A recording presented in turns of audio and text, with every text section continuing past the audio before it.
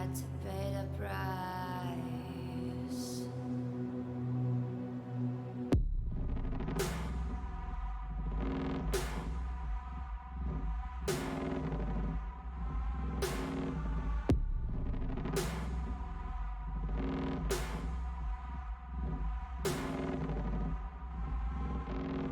I saw in you what life was missing.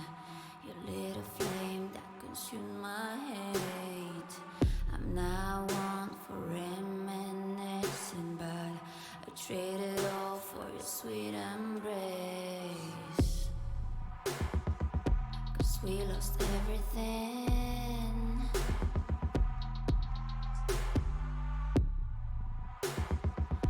We had to pay the price. There's a canvas with two faces of fallen angels who loved and lost. It was a passion for the ages, but in the end, guess we paid the cost.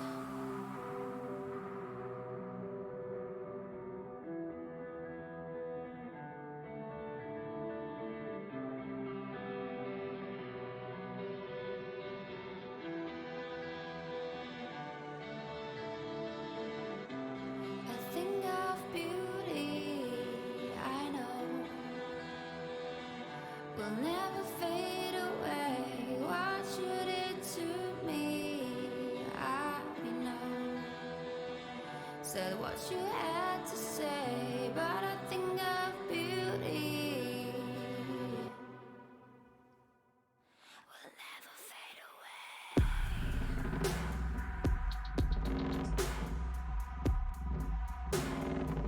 Will never fade away.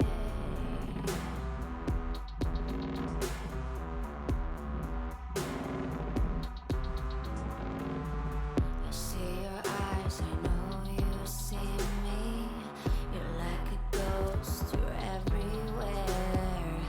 I'm your demon, never leaving. I'm made of soul, of rage and fear.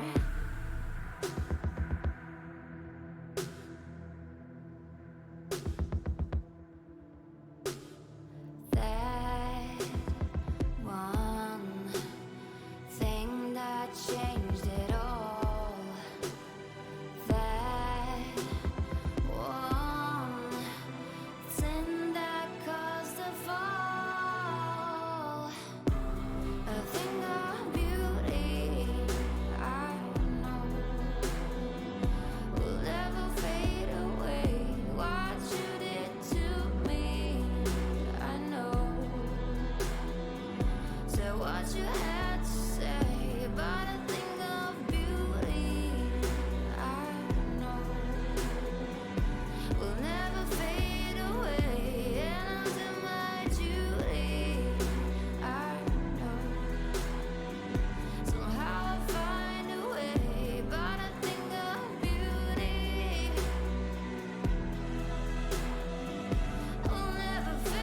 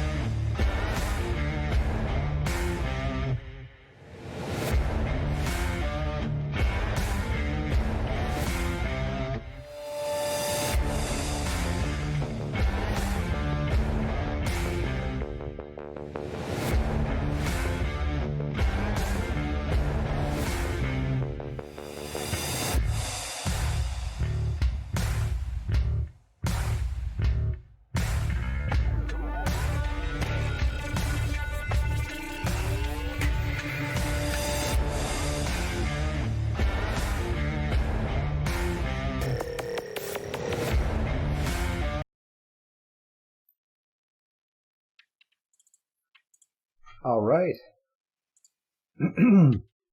How are you gentlemen tonight? I am doing pretty good. I was watching the intro video that we have up there, and it took me a minute to remember to put two together that the chick that and the thing that went Cyber Psycho was a former Mac Stack officer. Took me a second. I was like, yeah, that's usually the fate of a Mac Stack officer.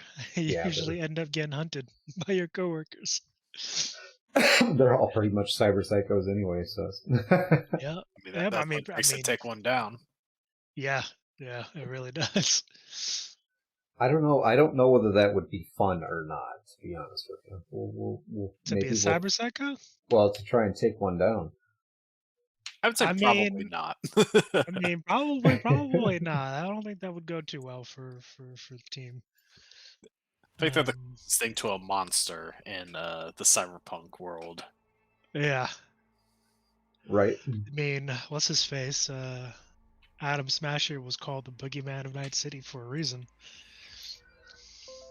Yeah, no, Although that's he's a the monster. special, I was gonna say he's a special breed of psycho. He is Adam Smasher. Absolutely. Yeah, he was a cyber psycho before he became cyber. He's just Yeah. plain psycho. Yeah, he came out of the womb fucked up. I have to say I think they made him a little too, and he's not easy necessarily, but I think they made him a little too easy in the game. So In the game. yeah. Oh yeah, yeah. He was Well, a keeper. He was very anticlimactic. We had to be able to beat him. Yeah. I wonder if he comes back later. Maybe in And he's like a Cyberpunk cockroach. He never seems to 2078. go away. So He really is. He fucking really is. We're gonna meet his wife, Eve Smasher. Eve Smasher. Smasher. Oh my. Good I think stuff. actually, I think in the lore he actually had a girlfriend. How? I don't fucking know. How's a man like that get a girlfriend? But I think he actually had a squeeze. He probably killed her. Well, We get a little dark here. well, in the in the flashback piece in the game where Eve comes into Adam and Eve, Yeah. he has some choice comments for her when she comes off the elevator. So First time I played it and I heard that, I was like, oh, damn, dude, shit. uh, Well, a little decorum here, man. Damn. it's Adam Smasher. Cyberpunk, people full of nothing but rainbows and sunshine and candy unicorns. Pretty much. Yeah, I don't know what game you've been playing, but I modded it too much. I was oh, gonna say, you probably modded it too much.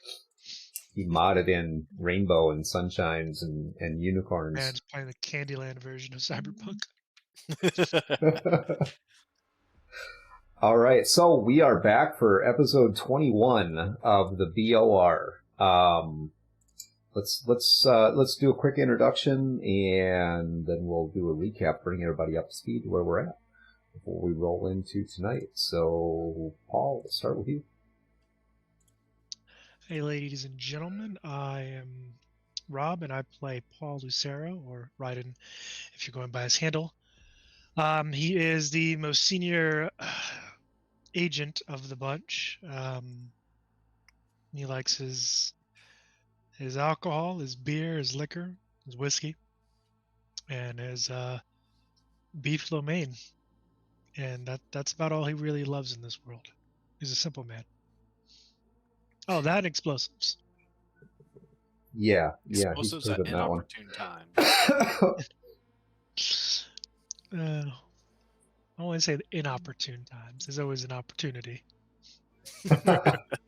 Wow, there's always an opportunity for explosives. Absolutely. That's right. All right, Scotty, how about you?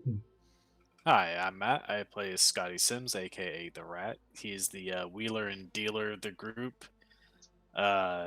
usually trying to weasel his way through any situation, and only resorting to violence as a last resort.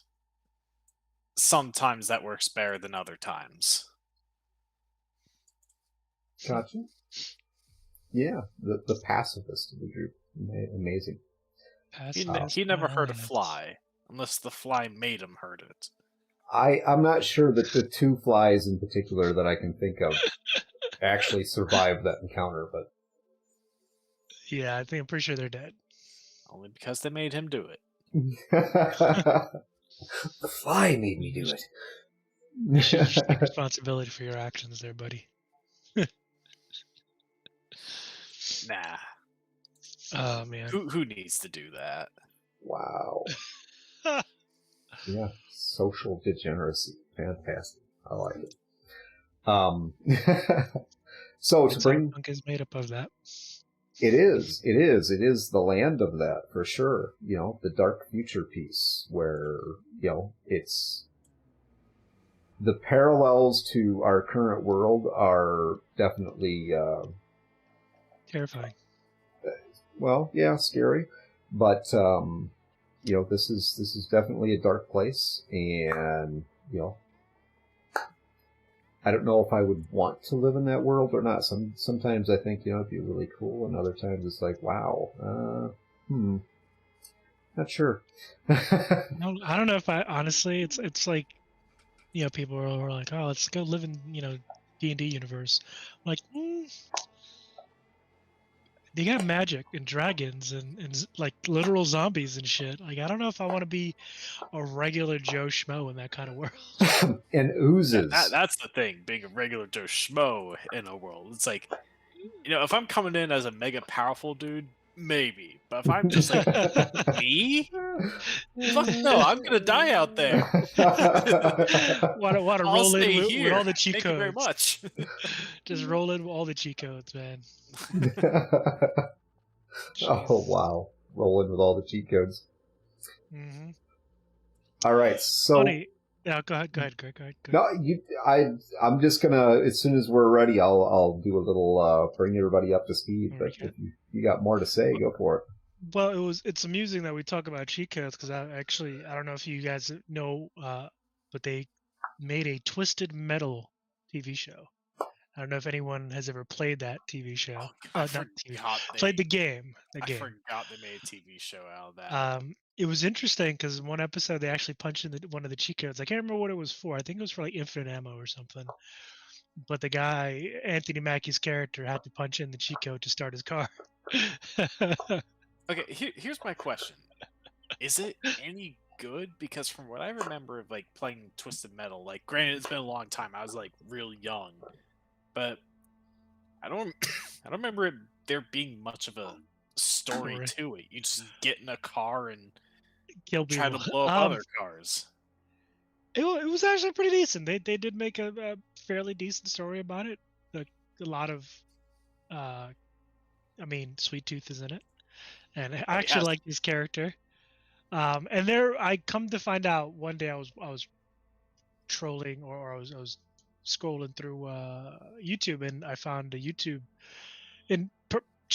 person who put together the story of the whole Twisted Metal thing, and there's a story to it. I don't remember that either, but apparently there's a story. I guess when I'm just a little kid, I probably don't pay attention to those things too much. Probably not. But anyway, yeah, it just made me think of that. Stuck in your mind. All right. Well, let's bring everybody up to speed. So, obviously, we took a week off of the BOR last week, and we did a run-through of character creation, some of the mechanics for Pirate Board, which, if, real quick plug here, join us on October the 12th, right, Matt? Yep, the 12th. October the 12th. It is on a Thursday. We are going to be running our first true session of Pirate Board with a special guest, Luke Stratton, the creator of Pirate Board, Limithron. He'll be a player in our game that night, so that'll be a lot of fun. So, from our last couple of episodes, we figured out what was going on with the AI situation in the base, and we figured out that the Sebastian that we knew was actually inside Paradox, one of our players. We were confronted by the BOR again in the form of Lobos, and she actually brought a group of 6th Street gang to the headquarters to basically take possession of Paradox, to eliminate the rogue AI. With the help of a netrunner by the name of Playboy, the team was able to transfer Sebastian into the computer system in the base, and they put the AI from the base back into Paradox and then turned Paradox over to Lobos. Now, in our last episode, while Playboy, the netrunner, was helping break into the system and get all this done, she got trapped herself inside the net. And the last episode, the team had to go and help her, save her, in which they did successfully, which was pretty cool. They actually avoided combat, I think, entirely in that session. Right? I don't think we had any combat. And we didn't blow anything up either. Yeah. Well, we did terrorize the locals a bit, as well as triggering I think it was like a war vet's PTSD. Yeah. It was kind of a half combat scenario because he did spring into action, and we essentially just had to trank him. Yeah. That was an interesting turn of events. Yes. Yes, it was. So I did the heartstrings a little, which I appreciate. So we were able to avoid killing anyone or destroying anything and help Playboy, and we actually brought Playboy back to the base. Tonight's episode is going to take place after a couple of days have passed. No word from Lobos, no communication as far as Paradox goes, and Ring has kind of decided to do her normal thing and go off on her own and do something. No one really knows where she's at. So with that, we will catch up with Paul and Scotty at the base. All you? Oh, it's been a couple days since everything went down, and Paul, at the very least, Paul has kind of been just laying low, just cleaning up the base and checking what they have in terms of weapons and ammo and equipment in general, and going out as time allows to like stock up and stuff like that and whatnot. But now he's back at the base, kind of in the common area, and having a couple beers and having a good old think.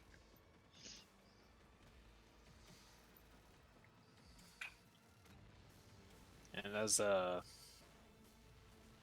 Paul's just sitting on the couch, Scotty comes in. I guess you're like in the main kind of like lobby room. Yeah, the common area, kind of where the we're like. Okay. Yeah. So Scotty comes in from the elevator, who's previously at his room up in the hotel. Mm. And he kind of looks around and he's like, well, at least the fish aren't on the floor anymore. Yeah, they're starting to stink. Just a little bit. Yep. He kind of walks over. How you doing, kid? Yeah. He walks over and sits like in a chair, kind of like sitting almost kind of across from the couch that Paul's in. He's like, trying to think about what the hell we're going to do when Lobos comes back.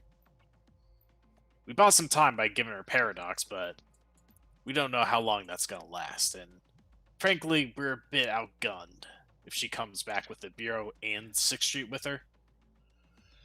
Yeah, and she stepped into our communications, so he kind of taps the Nokia he has sitting on the table in front of him. may want to go out and grab a couple more of these and make sure everybody's got one. Well, Because I can probably deal with that. I have a communication scrambler installed in my head. Before, I thought our communications were secure, so I didn't bother using it. But now that I know that, I'm going to start scrambling all of our communications, and I'll give only specific people like you or Ring the key to unscramble it. That should keep her from listening in. might have to do something like that myself, to be completely honest. Might not be a bad idea. Let's put that on the list of things to do. But not right now. So I went through all of our equipment. Weapons, I mean, we were pretty good on weapons, but we're definitely getting more ammo. And more explosives. Yeah, if we're going to be able to deal with 6th Street Gang and Lobos, definitely going to need a lot more firepower than we have. Yep, and maybe even some allies. We might want to start making friends, man. Because right now we're kind of up shit's creek without a paddle. Sebastian ain't back online yet. I don't know what the fuck he's doing. Probably taking a nap. Paradox is maybe still breathing. Or dead. And if she's still breathing, great. Hopefully Lobos is going to bring her back. Or we might have to break her out of their clutches. If she's dead, then I guess we got to figure out how to bring her back. Or clone her and then bring her back. I can't believe I said that. That shit's still freaky. Trust me, it doesn't sit right with me either. And for the record, I'm not looking to die and get cloned anytime soon. Yeah, I don't blame you, kid. Neither am I, to be completely honest. Again, it's a little too Twilight Zone for me. Yeah, but I've been trying to put out the feelers for any groups that could help us, but it's tough trying to find someone that could be actually trustworthy about this. Someone who won't try to stab you in the back or find some way to fuck you over. Especially Yeah. since we don't have a whole lot of cold hard cash to our name. Yeah, that's another situation we really need to fix sometime soon. I don't know. Could be we hunt up another job or something. I mean, we could always hit the night market while we're shopping out there for some equipment. Could be somebody out there might need some help. Or could it be we run into a couple of bounties we can schwack and make some eddies off them? There's always that, but we need something that works a little faster than that. We don't know when Lobos is coming back. Yeah, we might want to get some intel on the chick. Not that that's going to be easy. So, as you guys are talking, Playboy comes walking out of the medbay area. Paul looks up. I forgot she was actually here. All she has on is a towel wrapped around herself and another towel that she's using to dry her hair. Gotcha. And she kind of stops, barefoot, looks at you two. So you need some money. Oh, yeah, some money and some allies. We need some friends. We ain't got very many of them. The one we did have, he got shot. I might know somebody. Like, how many somebodies we talking? Continues drying her hair, wiping under her chin.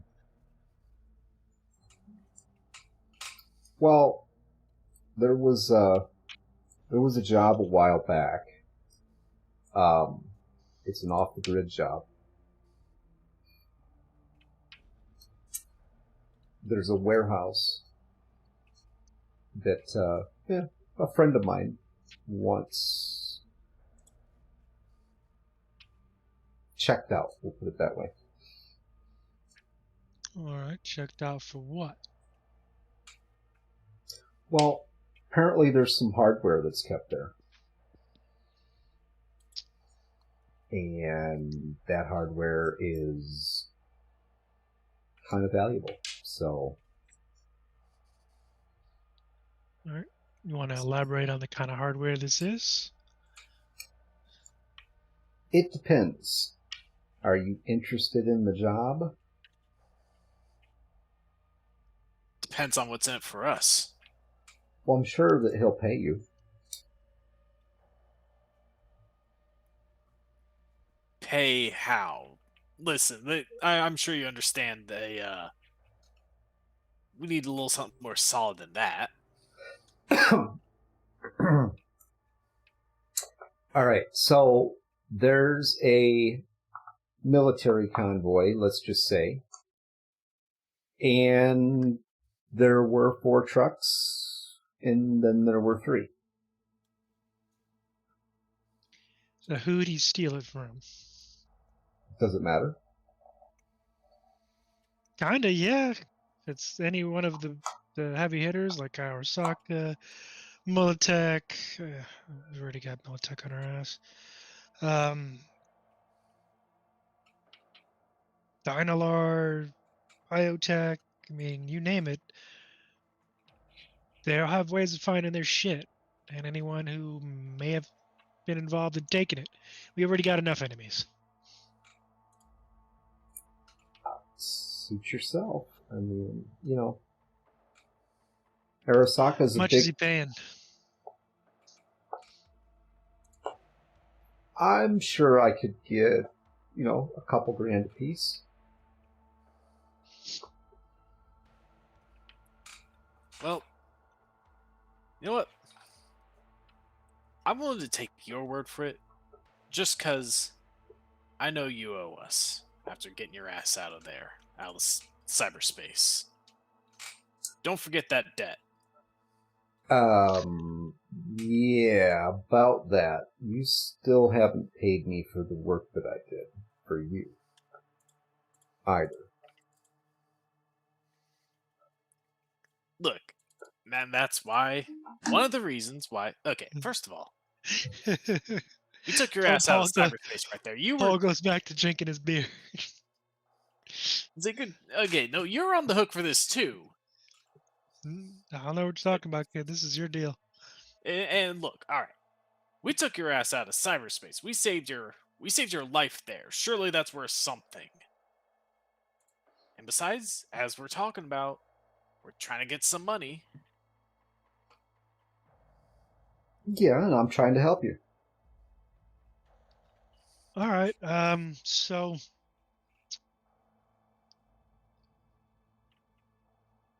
he wants this job done. We'll say 10,000 eddies, not including your finder's fee. You can set that for whatever the fuck you want. I don't care. Use it to cover what we owe you. How about that?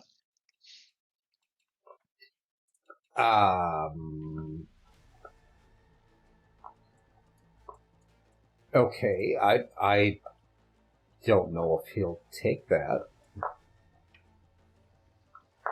Maybe. Well, I mean, I guess this whatever he wants is not as important to him.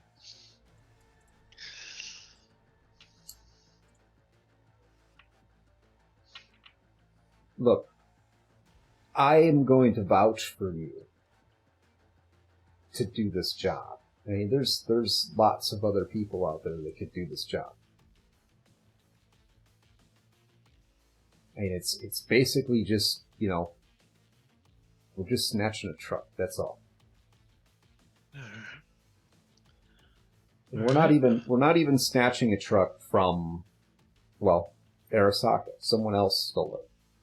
We're just reclaiming relieving it from them. Okay. All right, get him on the line. Get us something decent pay, at least 5K. Again, we're tight on cash and we're trying to fucking gear up.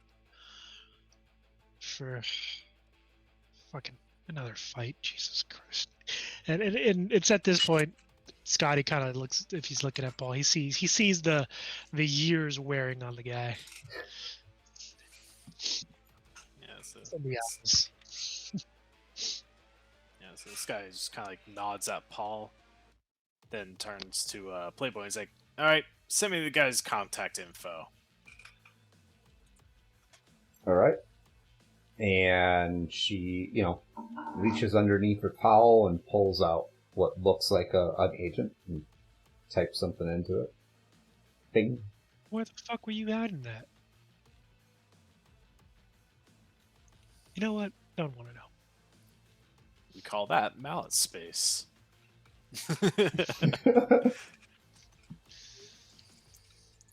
So after Scotty gets the contact info, he calls it up on his Nokia. Mm-hmm. And while it's ringing, he's like, "Oh wait, what do I call this guy?" Look at your agent.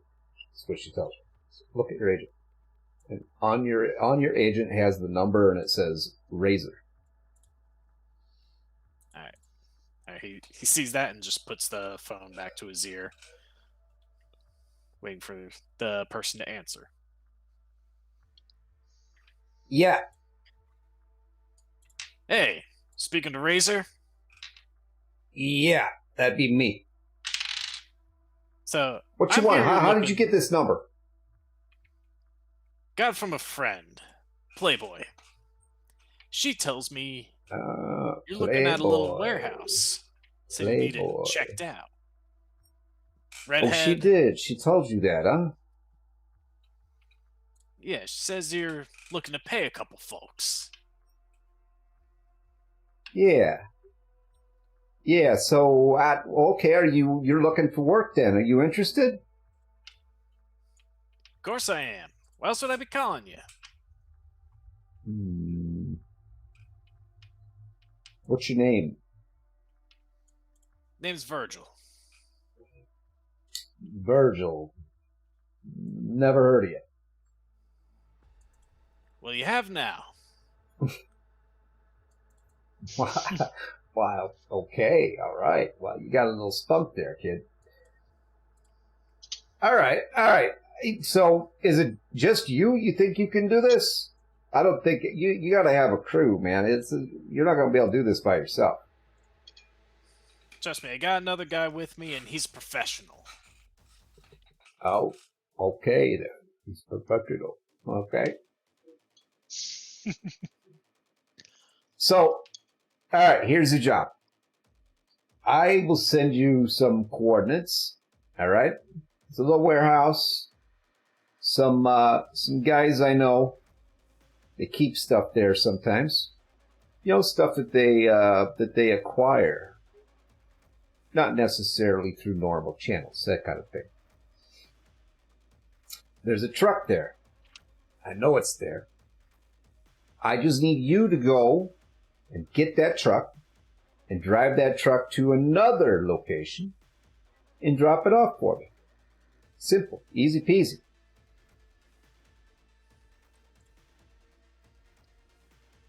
Do we have the keys, or are we going to have to hotwire the thing? Why not? Maybe the keys are in it. I don't know. I'm sure somebody there has the keys. Right. Okay. So, You don't have a techie? You don't know how to do any? You can't hotwire a car and you're calling me for a job? just trying to confirm the details, alright? Speaking of details, what are you offering?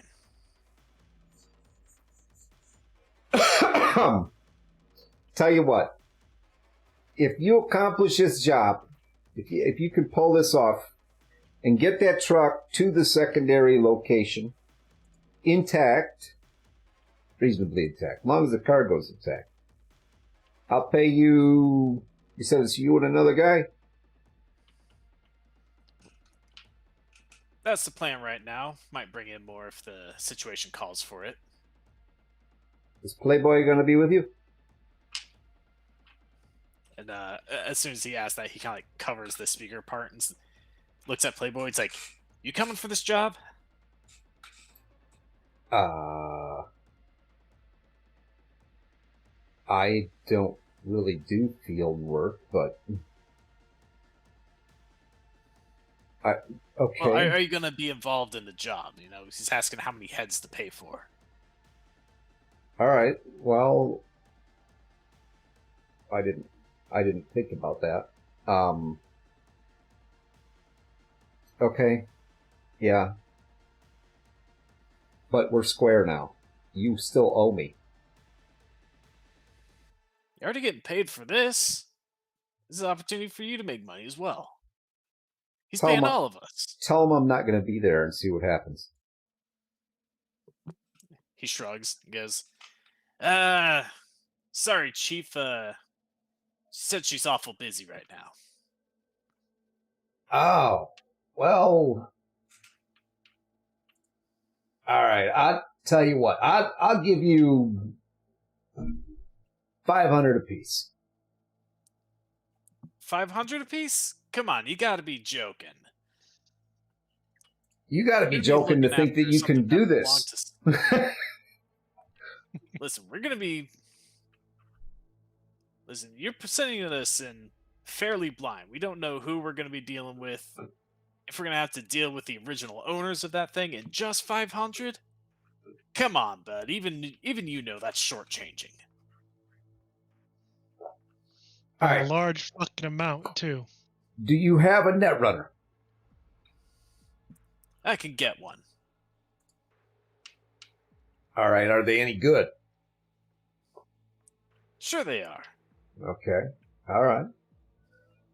Again, I work with professionals here. Uh-huh. Yeah, me too. That's why I'm talking to some strange guy named... What was your name again, kid? Virgil. Virgil. Okay. Is that like Virgin? Virgil? Anyway.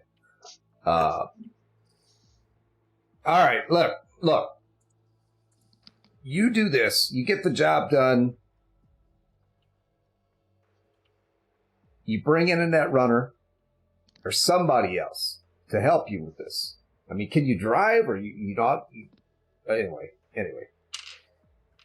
Who doesn't know how to drive? Yeah, that just filled me with confidence. Everybody in Night City, let's try. I don't know. All right, I'll look. You do this, you get this job done. And the cargo's got to be intact. All right? No nonsense. Cargo's destroyed, you get nothing. Don't worry, we done cargo jobs. Uh-huh. We've made it through literal hell and transport that cargo intact. Well, that's good, because you're gonna be headed there today. Warehouse is in Pacifica. It's basically on the south side of Pacifica, so it's out by the fields. I'll pay you $2,000 per head. That's more I like to hear. Now, nothing up who, front. I ask, are the people holding the cargo right now? Who we gonna be dealing with? Just a bunch of meatheads. Meatheads, Pacifica. You're talking animals? Yeah, I think that's what they call them.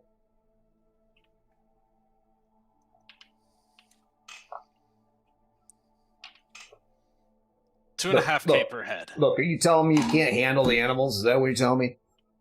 Bunch of beefcakes with an IQ of 3, and you can't handle them. Well, based on what you just said, you really don't know much about these guys.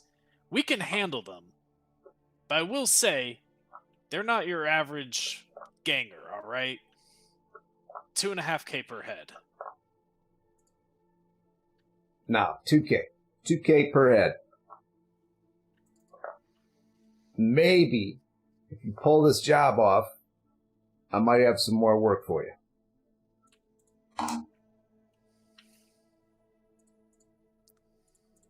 Scotty kind of like just kind of thinks for a moment. He's like, "Fine, I'm holding you to that second point." You do that if you're still alive. All right. So 2K per head, 3 people. I'll send you the coordinates to get the truck. I'm gonna warn you. You're better off to go in there quiet and try and get out quiet. And then once you have the truck, text me, and I'll let you know where to take it. You can't send me the coordinates now. No. So I'm supposed to get in the car I'm trying to steal quietly. And once I'm in there, sit my happy ass down and text you and wait for a reply. Yeah, and just bear in mind this isn't a car you're stealing, okay? Okay, just what exactly are we taking? What kind of load are we talking about? Something big, something small? Like what? Oh yeah, big. Big. Okay. Anything we can carry by hand, like lift into a truck, or are we gonna need something a little special? No, for you lift are going to have to take the truck that it's in. I want the cargo in the truck, but you're going to have to take the truck. You're not going to move this stuff by hand. I'm telling you. That's not an option. Okay, you don't the truck. want to mess sure. with that. You want to take the truck. Get the truck. Once you have the truck and I know that you're secure, then I'll give you the location to take it to. This is a DM slash and player question. Hmm. Can Paul hear all of this going on? Do you have it on speaker, or not? I'll leave that up to you. I would say this guy's probably I don't think he has it on speaker, but you can definitely hear what Scotty's saying back to the guy. Okay, and kind of Paul pipes up. Ask him what the cargo is. Sounds like we're gonna need a truck or something. Kind of want to know what the fuck we're hauling. If it's explosives or chemical weapons or I don't know, lifestyle, joy toys. I don't know what the fuck. Gotta know what the fuck we're hauling. Alright, this guy asks, like, so, for the purpose of knowing of whether or not this thing is gonna blow my ass up, what exactly am I gonna be transporting? Just so you know, not to smoke around the thing or whatever.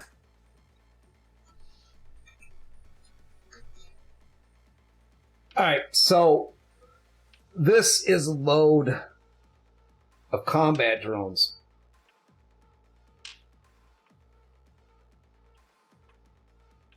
Okay, so pretty high-tech stuff. Yeah. This truckload of Wyvern combat drones. And here's the deal. You don't open the truck up. Don't open up the container. As long as they're sealed in the container, you're not going to have any problem with the drones. If you open the container, they can be activated. Right. Okay. He kind of like mouths to Paul, combat drones. Paul kind of stares at him. He's offering us 2K to transport a shipment of combat drones. Puts his mouth over the bit. He's like, 2K per head. That's still too fucking small. But we're hurting for work, so fucking Christ. Guess we're gonna take it. Look, the more we generate a rep, the more people will pay us for work. Paul does not look pleased. When does he ever? Yeah. So this guy's just gonna once again back on the phone with guys like, all right, we'll take the job. Send us any additional info you need to. All right. Just remember, let me know when you have the truck and you're secure, and I'll give you the address to drop it off. As soon as I get verification that the load is dropped off, you get your payment. Sure. All right. Click. And like seconds later, you get an address. It's actually coordinates. It's not an address. All right. So gets he looks at that. Then looks back to Playboy. He's like, all right, so he's paying per head. So you want to make a little extra money because kind of sounds, the way he was talking makes it sound like we might need a net runner. So what did he say to you? Well, I'll just, fast forward a bit. Scotty explains what he and Razor talked about in the job they're taking. Okay. All right.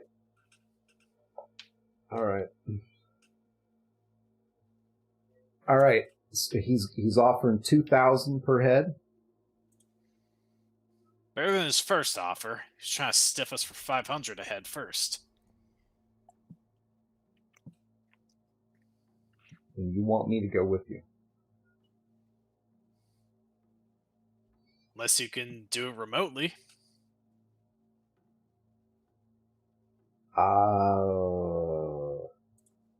It's a little easier when I know the area. I don't. All right, look, I will go. How are we getting there? We got our own ride. I've seen some things over in this armory you have here, so I'm gonna go take a look around there. Yeah, help yourself. Okay. So Paul kind of looks over at Scotty. Think we might need to call good old Ford. Who's more my backup if Playboy wasn't coming along? If we have her along, as long as we have our own ride, she can help us with whatever. She'd probably help us get into the systems of the warehouse and start the car if we don't got the keys. We should be fine without them. Fair enough. Okay, so you guys are going to drive down there? Yeah. Yep. Okay. All right. So you get your loadout ready. Whatever you are taking, make sure you make note of that. Playboy does raid your armory. She decides that the suit of armor, there's a suit of armor in there for Ring. So she borrows that. Puts on Ring's armor. I mean, this could pay off the debt, She's just gonna get some things from our armory. Surely some expensive stuff. True. Start tallying the things that she rents. We doing a charity here. Yeah. Okay. So but that was her actual reaction. Those are rentals, man. Rentals. All right, then I suppose I can start charging you interest on the money you owe me. Interest? Come on. We didn't charge you for interest. Maybe you had to pay us late first time. Maybe a finder's fee for this job you just got, too. All right, calm down. Just kidding.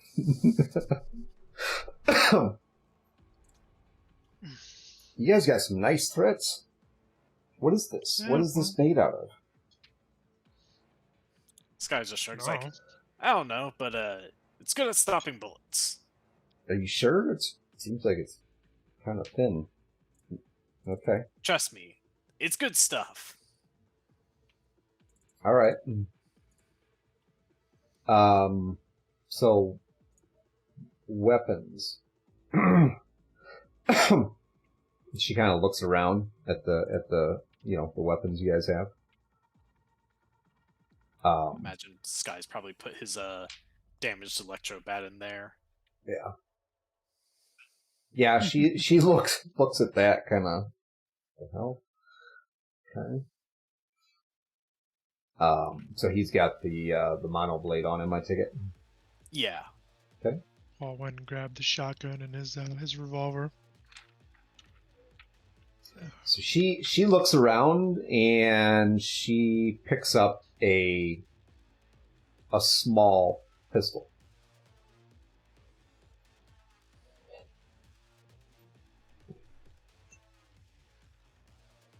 Paul looks at the pistol, looks at her, and is like, "That's it?" Well, I don't usually use weapons, so why do you think I should take something else? I mean, kind of looks at the pistol, and then he looks at the rack of weapons. He picks up an SMG, and he's like, "Here, take this. Larger ammo capacity, and it watch to put someone on their ass." She just kind of looks at you as she puts her hands out to take the weapon. Like, okay. Like, if we're able to do this quietly, maybe we won't even have to use it. Yeah, but if we do have to use it, it's better to, have it. And he shows how to manipulate the weapon, the fire selector and, mag release and all that stuff. And he's like, all right, I'm assuming you know which end to use, right?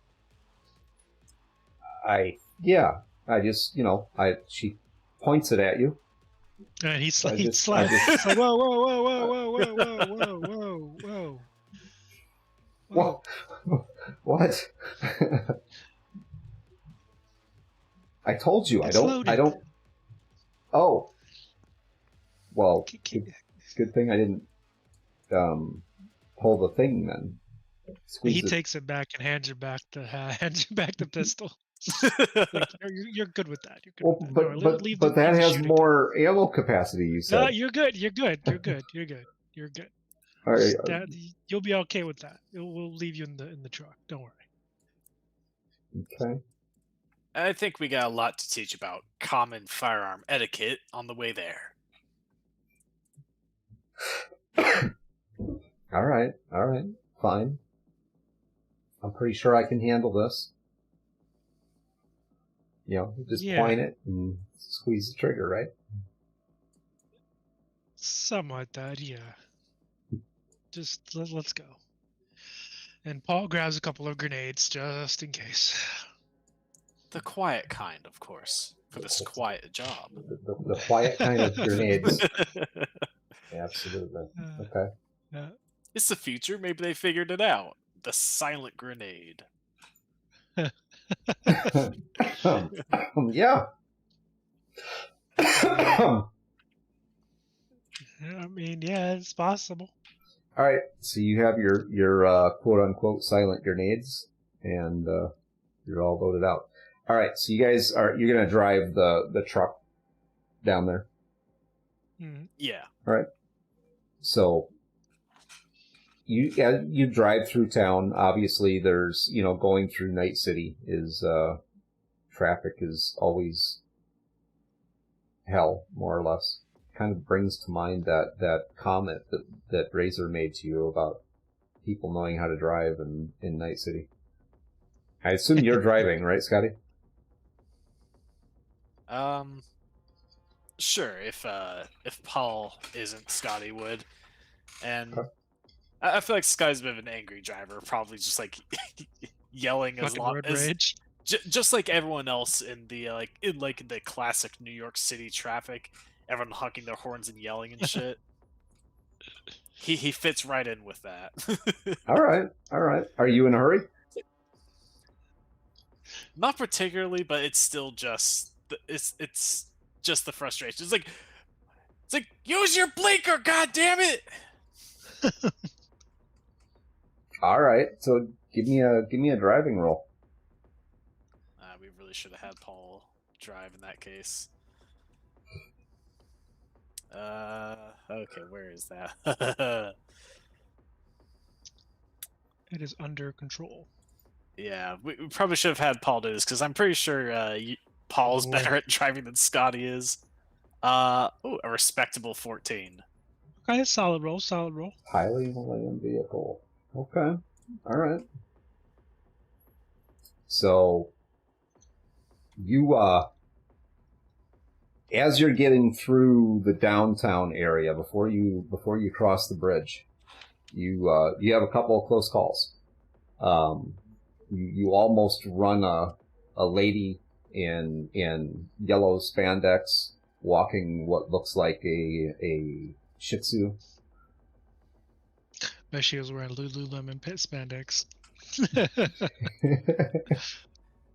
And this guy's just shit. like, the whole time it's yelling. It's like, the crosswalk's over there, smartass. Come on.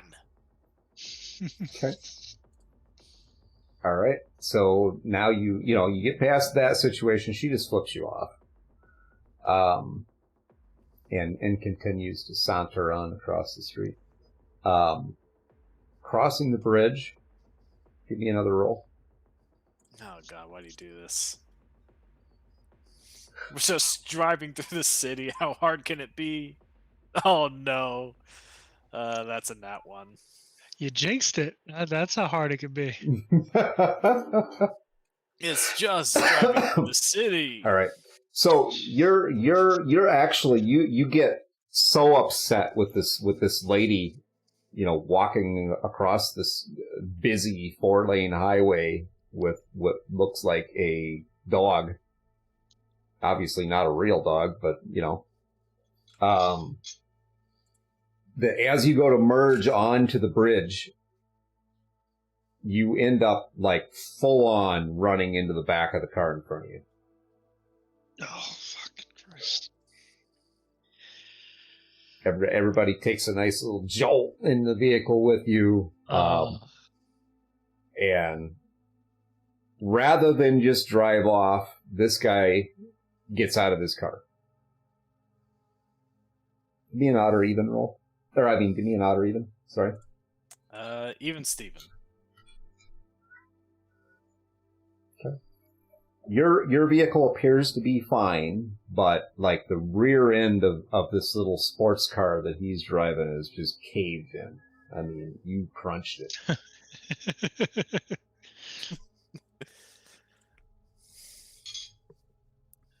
Big dude gets out of his car, and you literally can see the suspension of the car ease up as he gets out of the vehicle.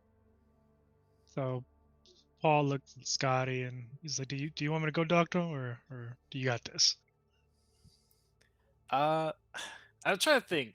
I feel like Scotty's the person that would have a fake insurance card for situations like these, but I feel like that's a case to make to the DM whether or not he actually does. No, I mean,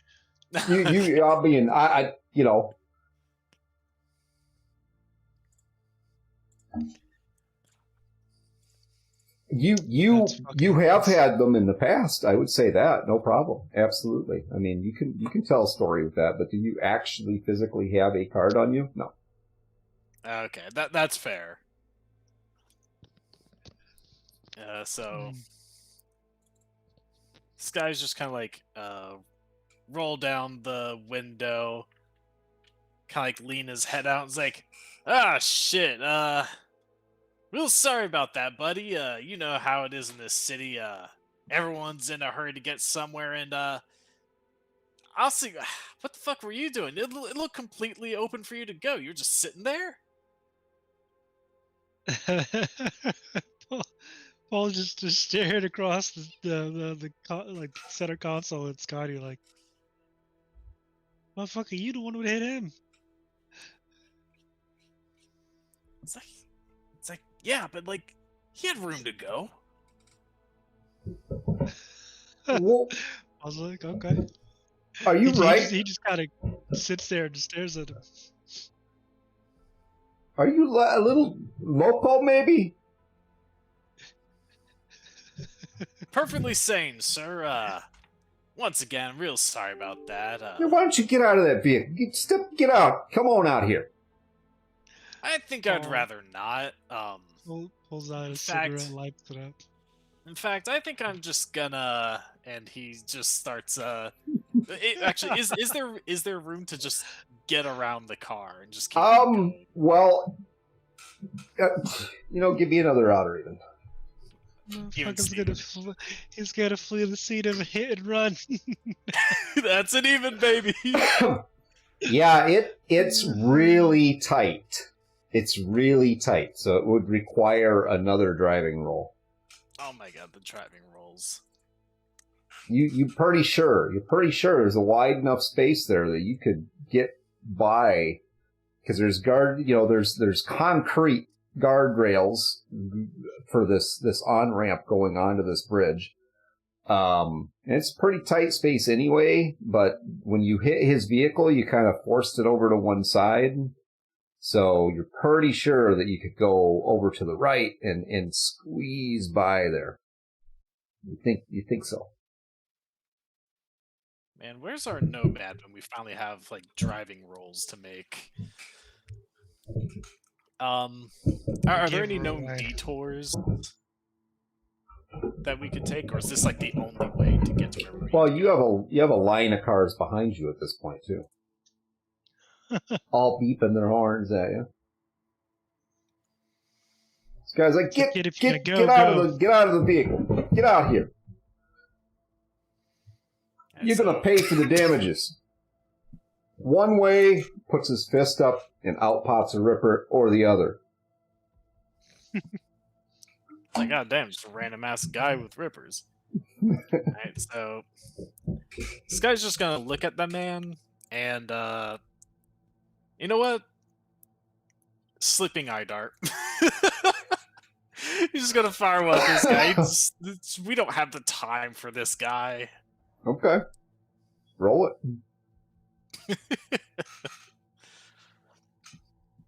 Alright, I got dart. That is a 21. So it's tell us what that looks like. So the man's like, "Come on, get out of the car!" Shows off the Ripper, and Scotty just looks. He just looks like someone who really does not want to be bothered. He's like, "We don't have the time for this," so he just kind of looks at this guy with a kind of annoyed expression, then just a little comes out of his eye. Okay. And yeah, you catch this guy, like, I'm gonna say like right in the cheek. You catch this guy. And he's kind of, what? And down he goes. Paul's laughing over there in the passenger seat, like. Right, then Sky's just gonna move forward with the car and just sort of like as gently as he can nudge the one in front of him out of the way so he can just get going. Not like full on ramming it, but just like just sort of softly make contact and then just push it forward.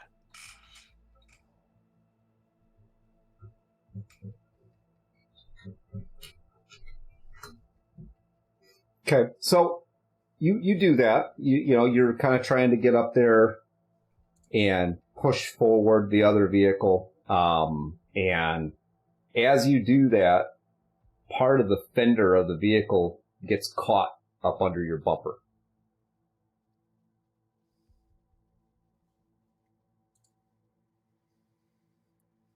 And you go to nudge that vehicle forward, and the nose of it kind of goes into the other guardrail on the other side. It's this concrete divider, and you're pushing this thing along the concrete divider. Screech of metal on concrete. Fantastic. This guy is just continuing to just move it forward. He doesn't give a shit about the other car. Like that thing can take as much damage as it has to, as long as he can get it out of the way and just get going, because they have a job to do. Playboy's just she's sitting in the back of the vehicle, just almost looking very proper with her, kind of eyes straight forward, but not necessarily looking at anything. She's just kind of, This guy's just like, can you believe people in this city? No, no, I can't. Honestly, I am shocked and appalled. So you end up pushing this car like a good 25, 30 feet up this ramp, grinding all the way. It actually, it catches in the front end of the car, pops up on top of this wall, which allows it to dislodge from your vehicle. So now like the left front tire of the car is over the wall, and it's kind of sitting there kind of precariously off the side of the wall. All the people in front of you have sped off, so now the road for the rest of this ramp is just wide open clear. Now that you have thoroughly messed up this other car, maybe messed up your own too. I don't know. Let's see. It's armored, right? There are probably scrapes and stuff, but it can't be that bad, right? I can get out and check. I mean, I don't know. I mean, our car. That's for later. Yeah. We have a job to do. Okay. Yeah, we do. So Paul's just staring at Scotty like, really? You do notice as you like speed up, you get past the car, you speed up going up the on ramp. You do notice that it distinctly has a pulling sensation to the left now. It's kind of got to fight with it a little bit to keep it straight. If you let up on the steering wheel, it's going to go to the left. Steering alignment doesn't cost that much at the mechanics, so it's a minor problem. Okay. So you get disappointed. you get on the bridge, and how's the rest of this drive going to go?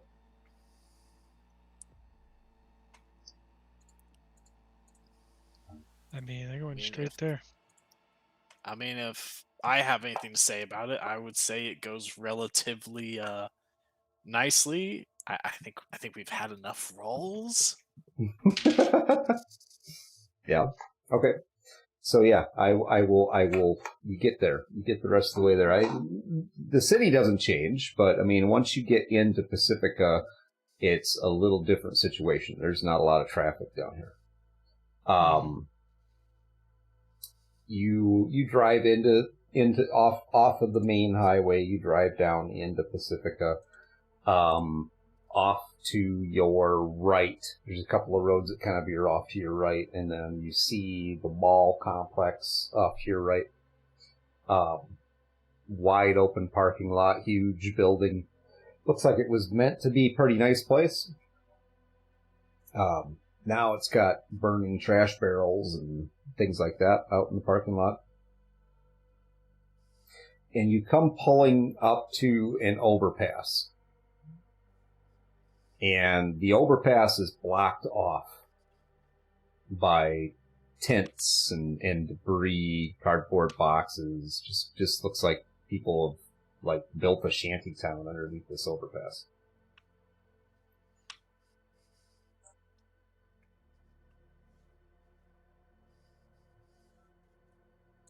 All right, is this near the warehouse we're supposed to be getting to? It's probably about 5 blocks away, yep. Okay, 5 blocks. And we're at essentially a parking lot now. So the parking lot is off to your left. The highway leads down underneath this overpass. Okay, so if we park at this parking lot, would it be easy to get to the warehouse on foot from there? We don't really need this thing as a getaway because we're going to be taking a truck from the warehouse. Yep. So Sky's going to look to the other two, Paul and Playboy, and be like, all right, warehouse should be a couple blocks from here, so I say we just park the truck here. Go the rest on foot.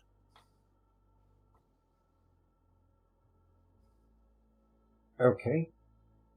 You're gonna park your vehicle in a parking lot in Pacifica? All right. I mean, park your car anywhere in Pacifica. Look, we'll lock the doors. This thing's pretty sturdy. Yeah, I'm sure that'll stop anyone. I mean, okay, Einstein, where would you park this thing? Well, glad you asked, because how about if I stay in this vehicle while you get the other vehicle?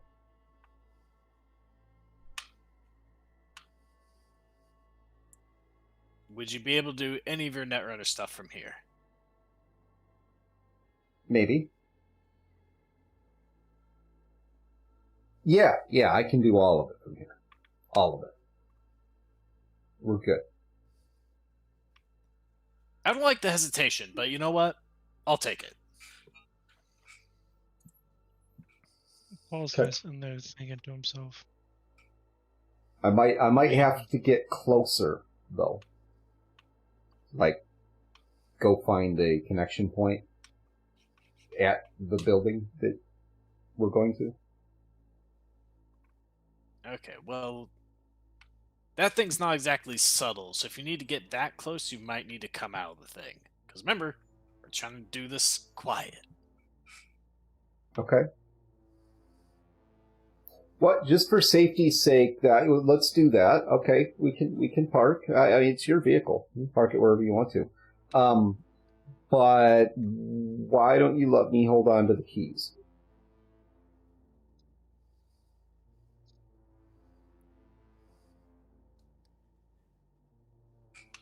This guy's just looks at it. It's like, all right, fine. Worst thing comes to worst, and we have to bail. You come pick us up. Yeah, it's a good idea. And he hands her the keys. Okay. She sticks the keys down her brassiere in front of the armor. Right. And he looks to Paul and's like, all right, you ready?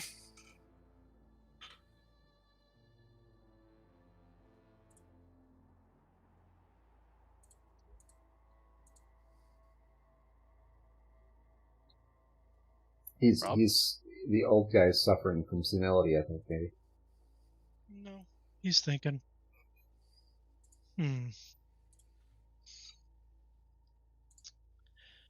So we're gonna leave her here with the truck, and we're gonna go check this out. That's the plan. He looks over at her and looks down at her pea shooter. He says a silent prayer, and he's like, "Okay, let's go see what there is to see. Hopefully, there aren't that many bodies in there."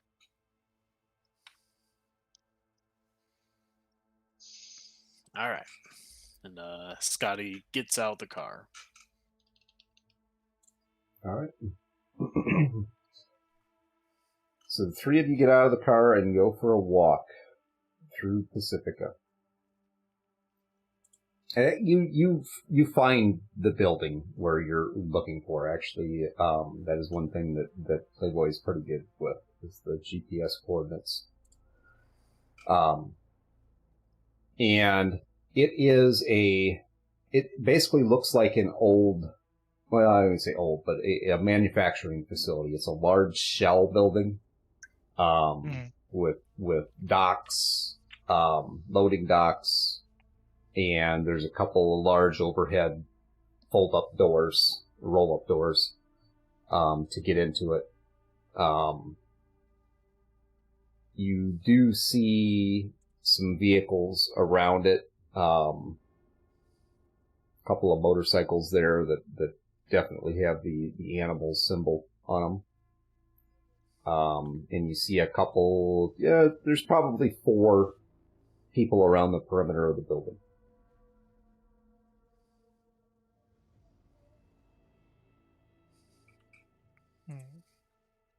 The two of them by the loading docks both have automatic weapons. The other 2 are just kind of walking the perimeter individually. Looks like they're probably armed, but not like high power rifles or anything like that. Gotcha. Paul looks over at Scotty. He's like, "So how many sleeping darts you got?" This guy just like counts in his head. It's like, probably not enough for every guy here, especially if there's more in there. No, that's fine. That's fine. Maybe probably gonna need some for these 4. And he kind of, I'm assuming they have Playboy's like number or whatever, or a way for her to communicate with him at this point. I mean, Scotty definitely has. I don't know if like at this point Paul would probably. I don't know. That's up Oh, I to hope you, so. Greg. Yeah, that's kind of your call there, Greg. Oh, Playboy's. Oh, yeah. You have Playboy's number. Yeah. Okay.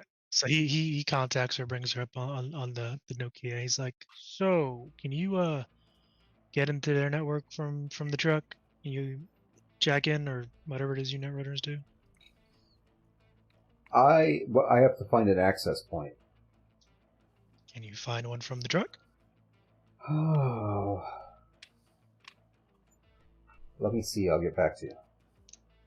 All right. Well, in the meantime, he's like, "All right, let's start dropping these guys. You knock them out with that eye dart thing, and I'll find a place to put their bodies." Like, we should probably think about how many we even need to take down, if any at all. Last thing, if we can do this with making as little contact as possible, that's probably better. If there's Start like with the a guys. side entrance just guarded by like 1 or 2 dudes, then that's probably where we want to start. Yeah, but we're gonna have to get that truck out of that loading dock, so might want to go in through there. We're supposed to do this quiet. Going in from the literal front probably isn't the best idea. All right, fine. Let's find a side door or something.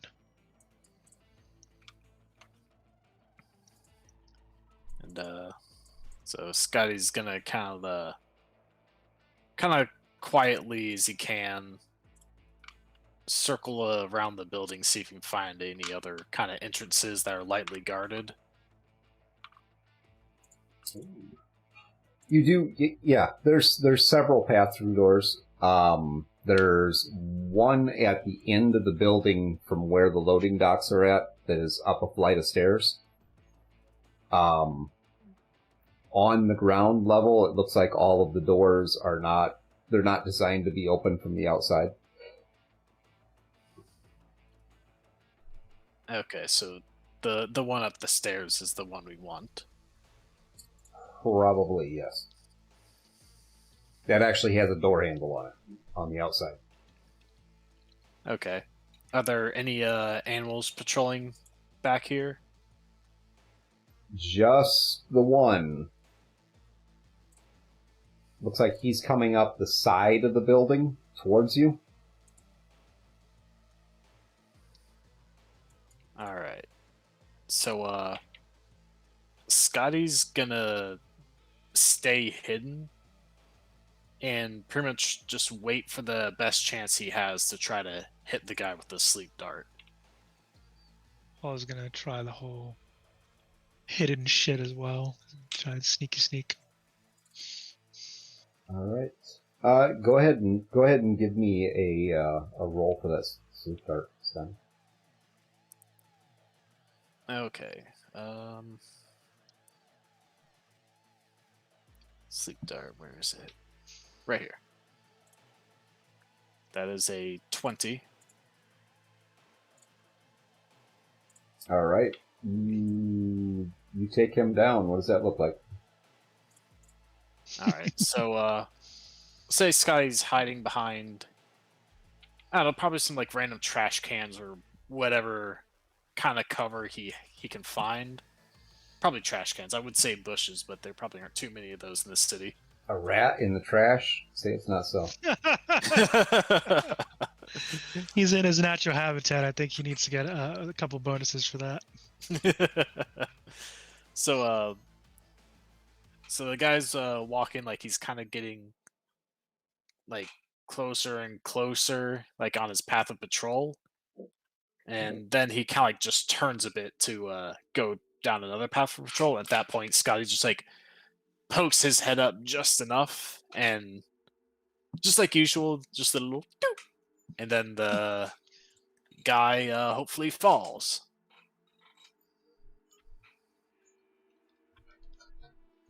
So as he falls, Paul steps out and tries to catch the guy before he completely face plants. Oh, give me an athletics check.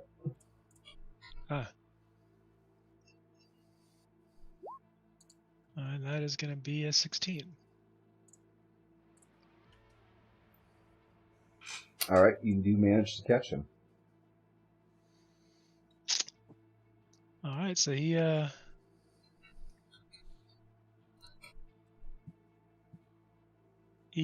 catches him and he kind of pulls him over to where they're at and tucks him away and keep him hidden. And Sky's gonna search the body for anything that could be useful. Any keys, just whatever looks like that could be useful for them in their infiltration, or cash. That also helps. Okay.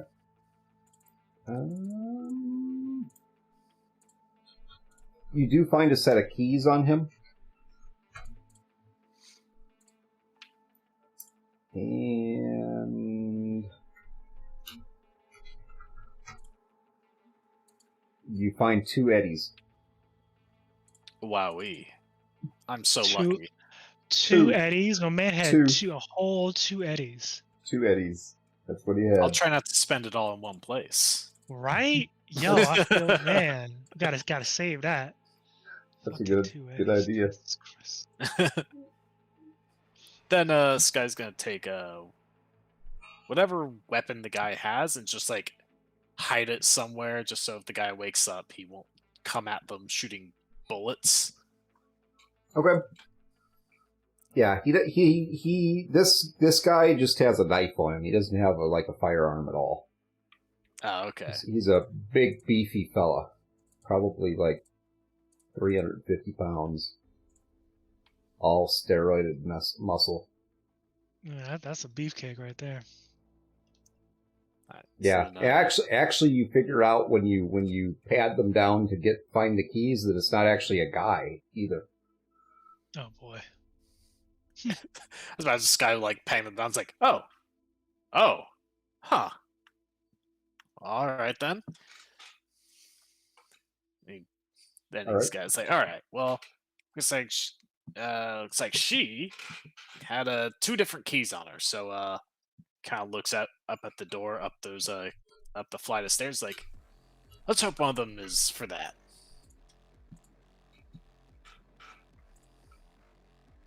All right. Gonna proceed up to the door? Yeah. Very stealthily. All right. You get up to the top of these steps after hiding the sleeping body, basically, I'm assuming. And indeed, one of the keys does fit this door. You just gonna open up the door? He's going to kind of crack it and just peer through. Okay. Sort of see if there's any people or what's on the other side. On the other side of this, as you peer through this, you gotta, looking through the crack in there. The lighting in this building is not super good. It's like the old round lights that are hanging in there. They're not like halogen lights or anything like that. So this door opens onto a catwalk. The catwalk extends to your left. Right directly in front of you is another staircase, steel staircase going down. And then right beside that, going along the outside wall, is another catwalk. Looks like it runs like the whole perimeter of the building. Not all of it's intact, but the portion the area where you're at looks like it's pretty well intact.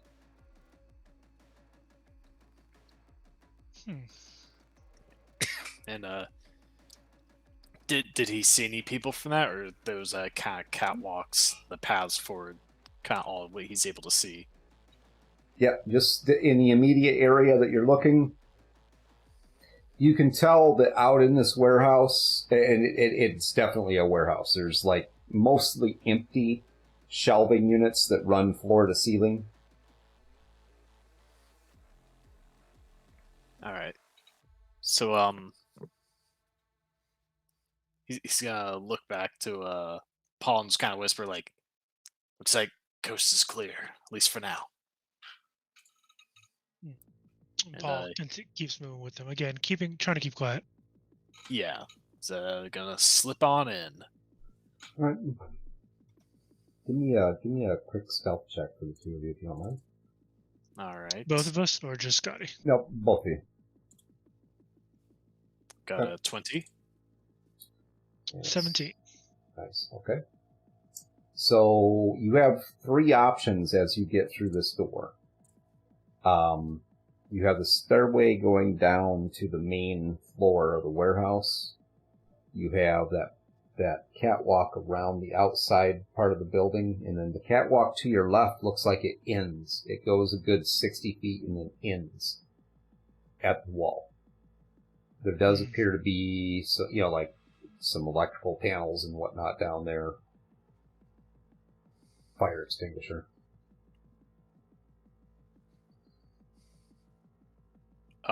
From where they at, can they, is there any line of sight on the truck they're looking for?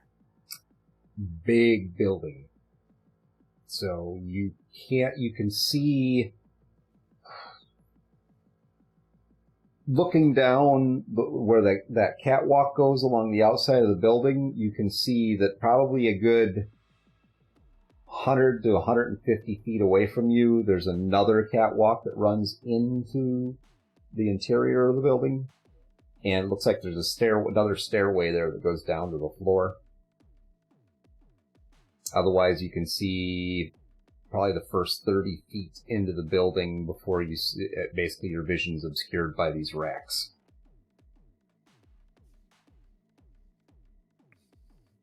Okay, and what's the visibility along these catwalks like? Is it kind of like dark so they aren't just like very easily visible while walking along them?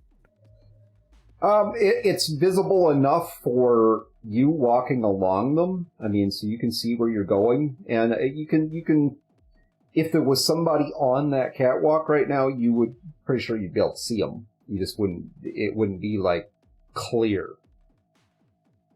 You'd be able to see their silhouette moving. Okay, so by that logic, anyone on the ground floor would probably be able to notice us up there. Yeah, probably. Okay. Yeah, it's open railing on one side and the perforated steel grating is what you're walking on. So as you walk onto this, I mean, it creaks and kind of makes that little clanking sound. Okay. So Sky's gonna... At this point, Sky's gonna talk to Paul over the internal agent, and he's using the descrambler. So I imagine Paul's in on that, and he'd probably give Playboy the key for the scrambler as well, so so they can all talk. She's like, "All right, we're in. We got a catwalk, but they'd probably be able to see us if we walk along that. So we'd probably have to go ground floor." Okay. What's stopping you? Well, I'm hoping you've made any progress on getting into their systems. I've got a node. Basics to this building, but there is an external system in this building that I don't know if I'm going to be able to tap into that or not. No cameras that I can tell. I mean, I can turn the lights off and on. And you actually see the lights flick. Like, total darkness and then back on. It's like, All right. Whoa, what's going on? Somebody turn the lights off. You hear a voice from kind of off in the distance down below you. Say, oh, okay. Don't mess with the lights until we really need it. Best we not let them on that anything's going on. Okay. I just showing you. Do you have any data on where the truck we're looking for is? Like I said, there's an internal system. I am working on it. It would be a lot faster if you could find that system. Then I could use you to ping the system. Okay, so probably some sort of office or something. Probably. All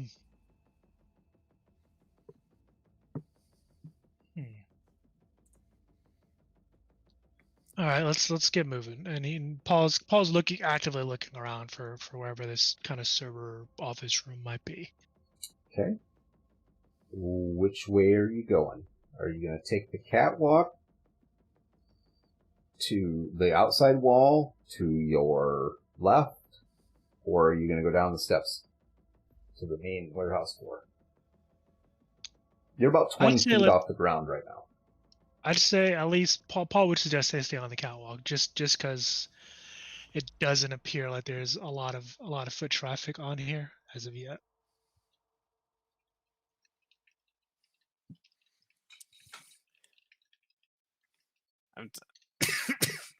I mean, on the flip side of that, the racks on the ground floor can provide a lot of cover, while the catwalk, if anyone looks up, they can see your silhouette. So you are somewhat exposed. Part of me wonders if I should speak any DM's most feared idea and of let's split up, gang. Oh my god. I'll be right back. Yeah. That would be a bad idea, I think, especially for Scotty, considering his last run-in with the animals. Whatever you guys want to do, just tell me what you're doing. So did Scotty suggest they split up? Yeah, we can say he probably like pondered it. Like, we probably cover more ground if we split up. I mean, you sure about that, kid? Because the last time we had a run with the animals, it didn't go too well for you. Look, if one of us gets caught, then that drags all the attention towards them, leaving the other a little more free to move. Okay. And if there's one thing I'm good at, I can run. All right, fair enough. So Paul's like, all right, you take the catwalk. I'm gonna head downstairs. All right. And he does, and Paul starts making his way downstairs quietly. All right. Just let us know if you find either that room with that system or the truck we're looking for. Mm-hmm. And then Scotty's gonna start going along the catwalk.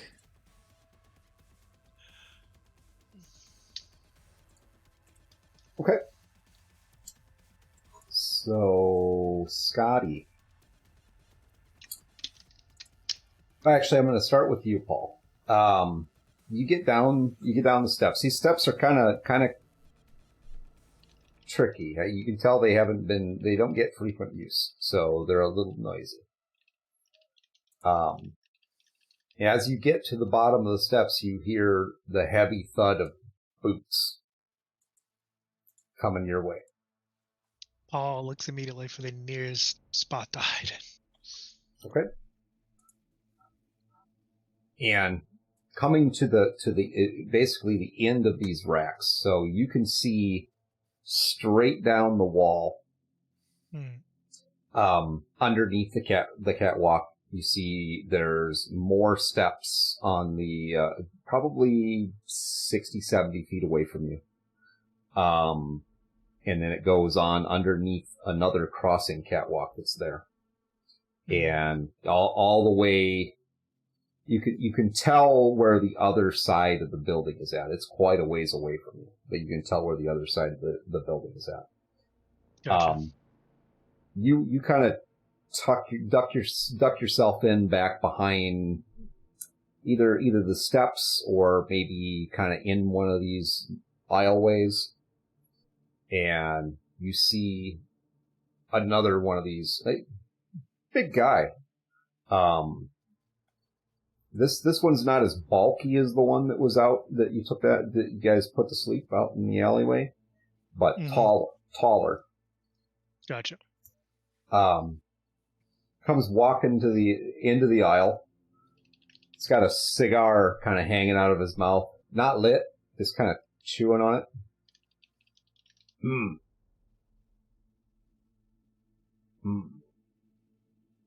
Anybody there? Paul, don't say a fucking word. Yes.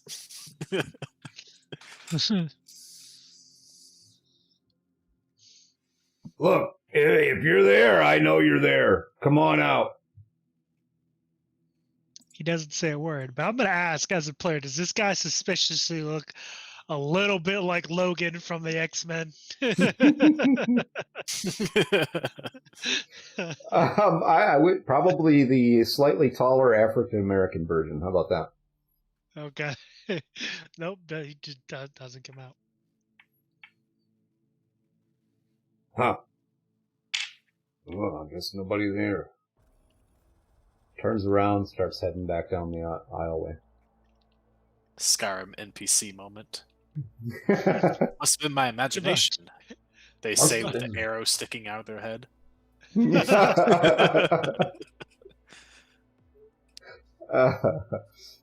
So, Scotty, you're traveling along this catwalk. And you get probably about 20 feet. I need you to roll an athletics check for me. Athletics? Yep. A nat 10. I got a 24 on that. Very nice. All right. You're being as stealthy as you can be, quiet as you can be, moving along. Quiet as a little mouse. Yeah, this thing is pretty creaky, even though you're doing that. And you go to take a step from one grate to the next. And as you go to step down, something just tells you it doesn't feel right. This thing just kind of seems like it's giving under your weight. You manage to stop right there. You have 1 foot on each grate. Maybe not all your weight on the front foot yet. What you gotta do?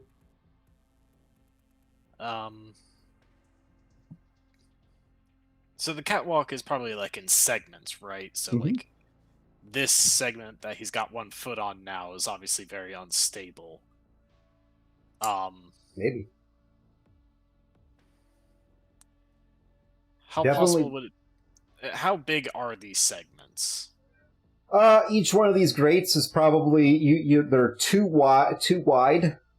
So you have a grate on the right and grate on the left. Each one is probably 2 foot by 4 foot. So they're 4 foot long, 2 foot wide. Side by side, end to end, all the way down. Okay. So there's like 2 segments, like the left and right segment for every 4 feet, something like that? Yep. All right. So we'll say like right now the one that he just stepped on that's very loose is like on the left side with his left foot. Okay. It's gonna take his foot off that one and then just sort of like test the one on the right to see if that gives him the same feeling or not. No, that one seems to be okay. All right. So he's gonna walk along using that one to kind of get around the other one. Odd or even? Even Steven. Okay. So you walk around. You get probably 20, 25 feet. And as you come around, you're walking in kind of your visual off to the side. You can kind of see down these aisleways. Okay. You're coming up on one now that this set of racking is probably about 40 feet, maybe 50 feet long. And there's a wall at the end. And the wall, basically the wall kind of comes in like 5 feet, and then you can see kind of past the wall to what looks like a loading area. You know the loading docks are down there. And you see 2 people standing down there. Looks like they're talking. On the catwalk or like down in the loading area? Down in the loading area. All right.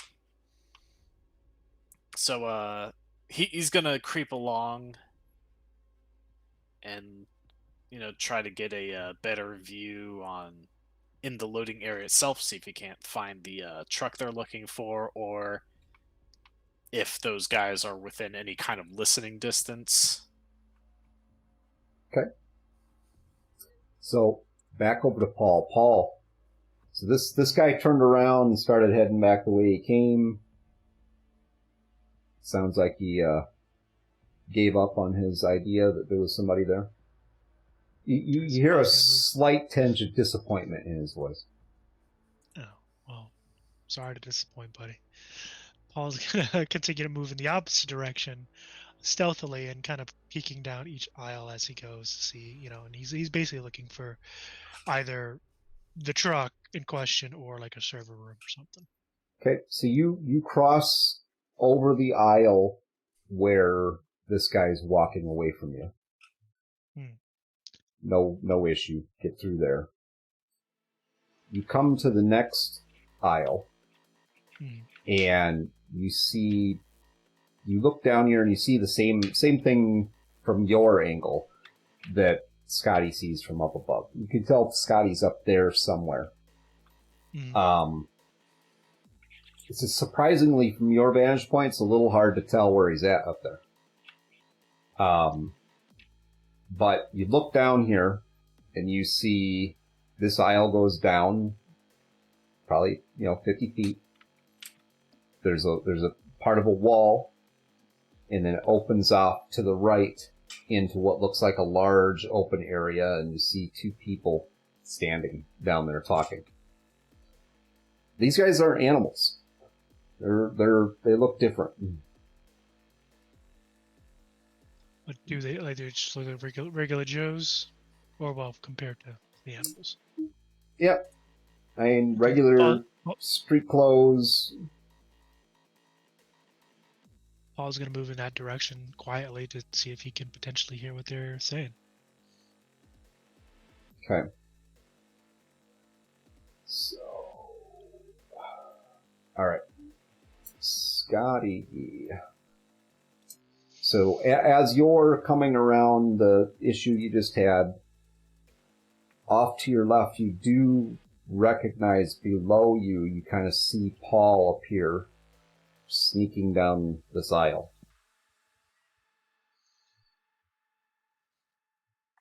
The one that you were just looking down. All right.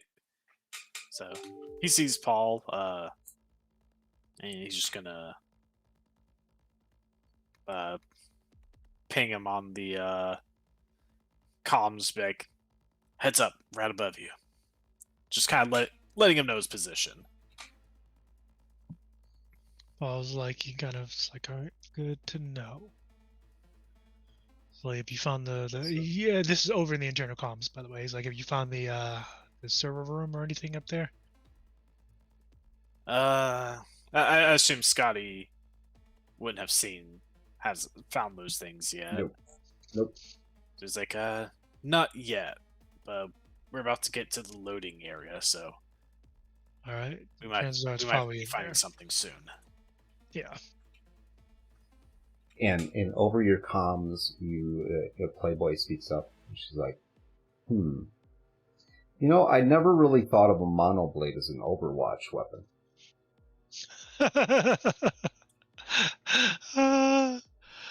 Look, Oh, I that's got funny. other. Look, if we do this, we're not here to fight. We're here to get in quietly, which we have, and get out quietly, which for we now. will hopefully do. You're asking for a lot there, buddy. Find me that node, and sounds like we got a pretty good chance. That's the goal. All right. So, is that's it? You're not going to move on down the thing, or? Yeah, is he? I guess he's not within listening distance of those two people yet. No. Okay, so he's gonna keep on moving forward, making sure he's kind of like looking around, make sure that he won't be like in the line of sight of any people in the building. Okay. So you continue on down a couple of aisles, and Paul. So how close are you intending to get to these people? His first order of business is getting close enough to get a better look at these people, while still staying kind of hidden.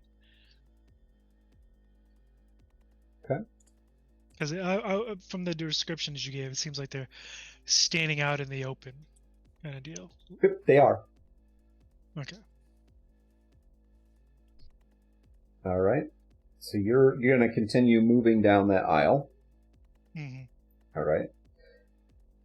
You get to within about 10 feet of the end of the aisle, and you know, it just kind of clicks on you. You hear these footsteps. Same footsteps you heard before. Mm-hmm. There's a wall directly in front of you. Partial, but it's a wall, and it leads back in the direction where the other guy is at.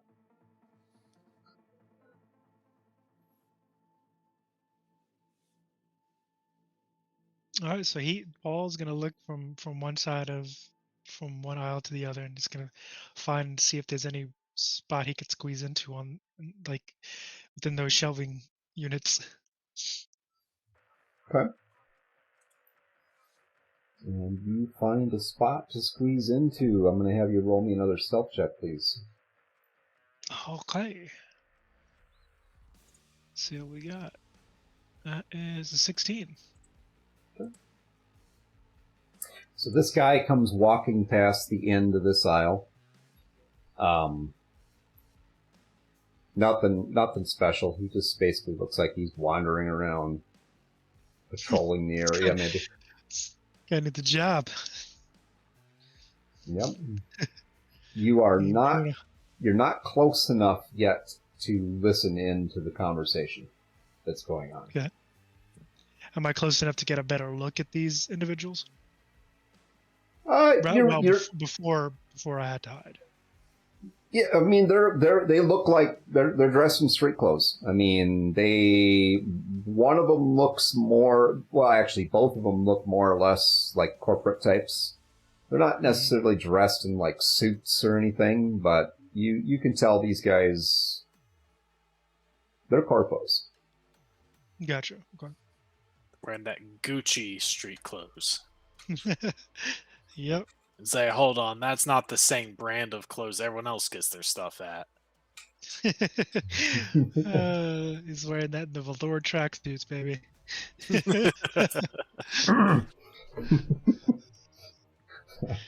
Yeah, Okay. I'm not touching that one. All right. So, Scotty, as you're moving down that catwalk, you find that you're kind of paralleling this guy as he's walking, because he's kind of walking the opposite end on the floor of these sets of racks that are running away from you. And it seems like each time you come to an aisle, the beginning of the aisle, you kind of glance down there and you see this guy kind of plodding along.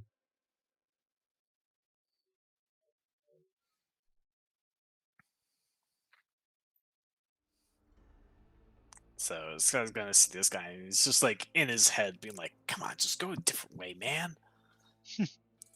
And he's just gonna keep moving along.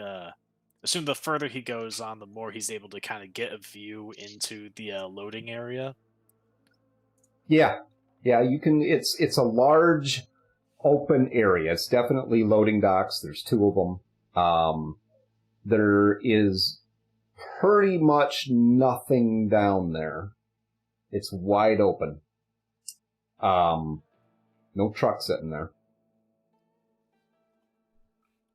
Are there any spots that look like it would be a kind of like an office room that could hold that system that Playboy's looking for? From your vantage point, what you see, there's sets of aisles running away from you. They're about 50 feet long. Then there's a crossing aisle where this other guy's at, that's walking there. And then on the other side of him, looks like there's maybe a 10-foot space in there, like that aisle's maybe 10 feet wide. And there's more aisles that are running more or less the other direction, away, basically blocking your view. Okay, so nothing yet. Mm-mm. You do realize now that there is a catwalk leading like into the interior of the building. It's probably twice the size of the one you're on now as far as wide.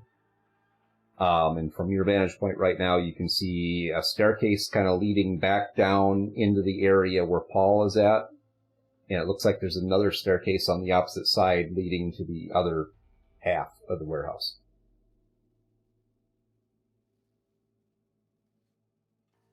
Okay, so for now he's gonna stick to the catwalks and just wait to see until he gets past that point with all the other aisles to where it can give him a better kind of like vantage point. All right. So you get down to that center catwalk and kind of stop there. There's the staircase leading down in front of you. You see that guy kind of go walking underneath the catwalk. You can't really see him. He stops underneath this catwalk. But you can tell that this catwalk that you're on continues on. Almost looks like it might even ring like the whole building, maybe. And the one that leads into the interior of the building looks like it goes all the way across to a platform. Can't really see what's on the platform, but there's a platform on the opposite side of the building.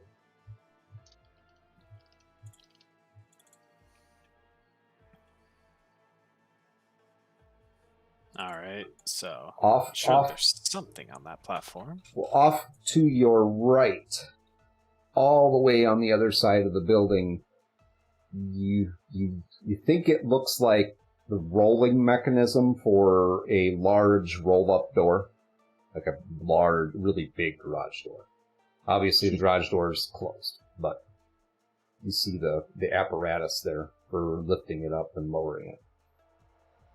It's like, all right, so he's gonna buzz Playboy on the comms, like, "Hey, Playboy, you have access to the garage doors yet?" No, that's all behind the firewalls. I can't get in there until you get me closer to that node. I gotta be able to hit that node. then I can. I see the mechanism that controls the doors themselves. Would that work? Or no. Maybe. I mean, if you can get me to the node, I can get in. I can get into the system. You just got to get me to the node. We could try the door.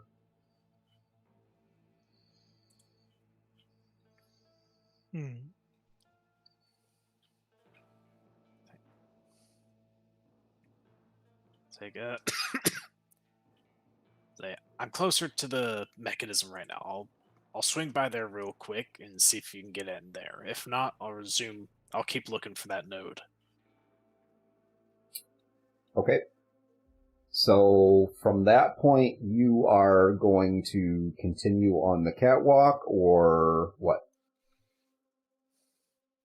Yeah, he's gonna continue on the catwalk and kind of make his way to that mechanism. All right. So you're going to stay on the catwalk you're on that runs down the outside wall. Yes. Okay. I'm going to jump back over to Paul. So, Paul, that guy is passed. You can tell he's a ways away from you now. You gonna come out of hiding and try and get closer, or what do you? Yeah, he's gonna slip out of hiding and he's gonna slip around that wall. Okay. And kind of look for again another place to continue to stay well hidden, but get closer to these two gentlemen. Okay. And again, he's still looking for like an office or room somewhere where there might be servers holed up or something. All right. So I'm assuming he heard that conversation over the comms. Yeah. All right. So you get to the end of this aisle. There isn't really. I mean, you at first you think about just darting across to the wall, but then you realize that this dude with the cigar is just standing underneath what looks like another catwalk that goes across the building. He's just standing there. Looks like maybe he's debating on actually lighting the cigar because he has a lighter out. He's kind of flipping the top of it. If you go to the wall, you're going to be... All he has to do is turn around, and he's probably going to see you. Okay, so what's basically around me that I can use for cover at that point? Just these racks.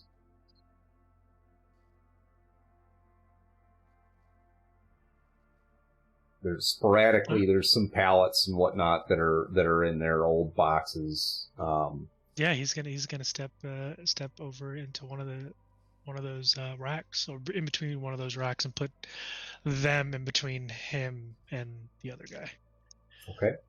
As he's you down, you're at the end now. Okay.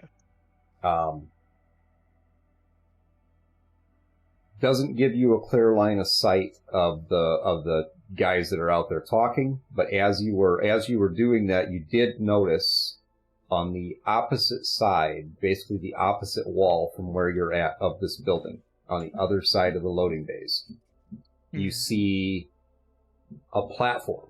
No catwalks, just a platform. Same height as the catwalks, about 20 feet off the ground. And it looks like there's maybe some equipment up there, maybe some desks and whatnot. Paul's like, all right. He kind of relays that over to Scotty.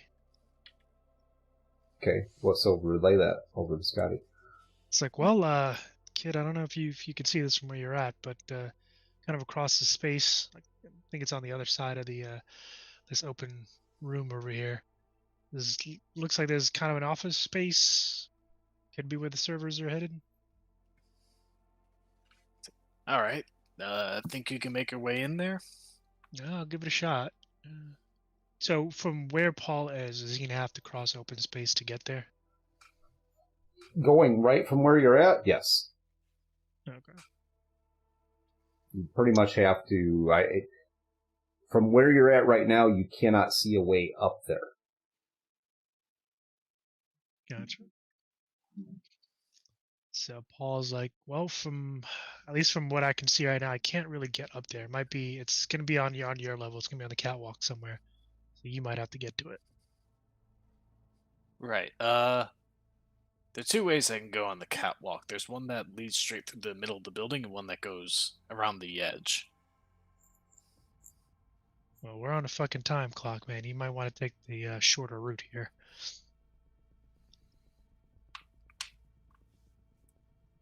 All right. So at this point, has Scotty gotten to that mechanism he was telling Playboy about? No, you're still on that outside wall. Okay. You do notice as you continue down that catwalk, at the opposite end of the building, so the direction you've been heading, the catwalk ends.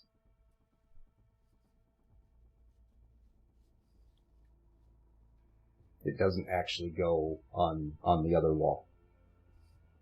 Okay. Looks So like it- once look like he's it- done with looks that like- mechanism, he's probably going to have to turn around. Well, you can't actually get to the mechanism from up here, is what you're figuring out. Okay. It's the mechanism is at the opposite side of the building, like not where you're headed. It's across the building.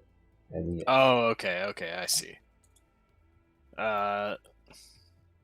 So Sky's just gonna kind of like silently curse to himself, and he's gonna turn around and start heading for that other catwalk. I do actually have a map up for you guys.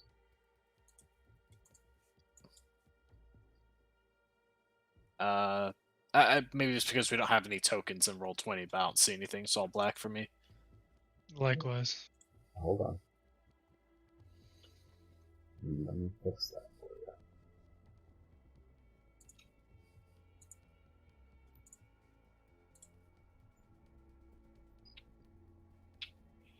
How about now? Yeah, okay, I can see. Okay. All right, so that's where it's at. Okay. Gotcha. So yeah, Scotty's gonna start going down the catwalk. That's going straight across the place. Okay. And I'm assuming the guys are like right here. Yes. Like right in here. Gotcha. Kind of where this is at. Right here. All right. Give me a stealth check, Scotty. All right. Stealth. Ooh, baby, nat 10. So that's a 29. Okay. As you're crossing this catwalk, you start smelling what smells like cigar smoke. Paul, Mm-hmm. what you doing? So the guy is that's kind of walking back and forth aimlessly. It's like he's right over here. Yep, he's right here, right underneath Okay. the catwalk. So Paul's gonna step back between two of the catwalks. He's gonna move kind of. He sees kind of a spot that he might be able to use to kind of get around. So he's gonna move over that way. Okay.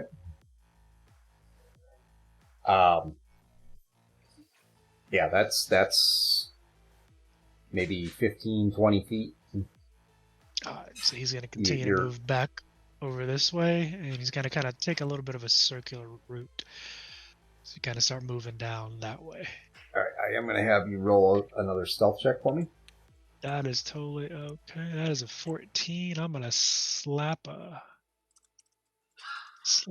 3 luck on that to make that a 17. Okay.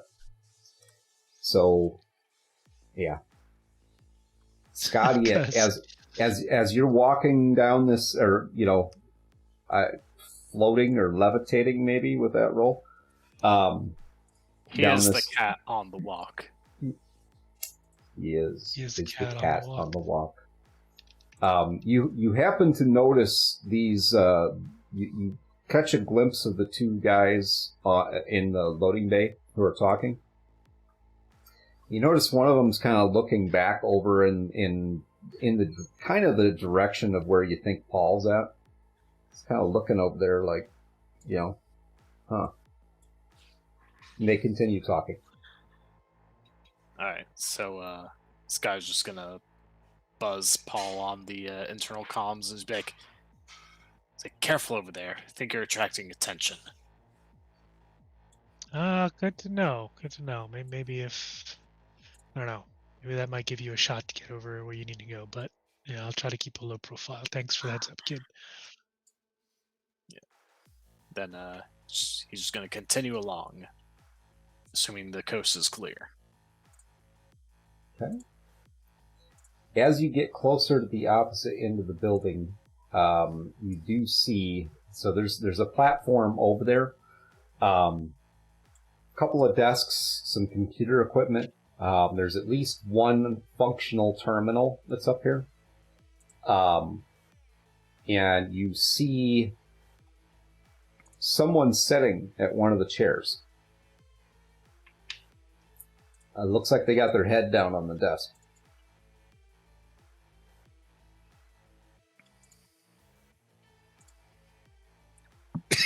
Alright, so this guy's gonna approach as quietly as he can, and just try to see if you can tell if the guy's sleeping or not. Well, it's odd as you're approaching. You hear this. He's making this sound. It's kind of like,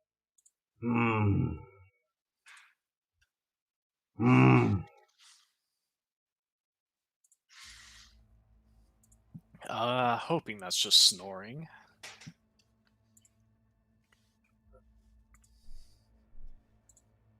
So he's gonna continue to creep closer. Like, he hears that noise.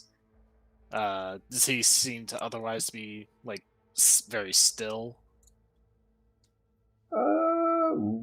Actually, okay, so roll me a perception roll quick. Alright. Perception 13.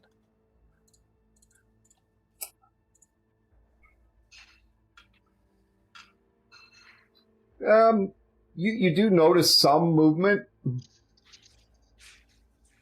Not necessarily from him. You just see, this even breathing in that sound that he's making.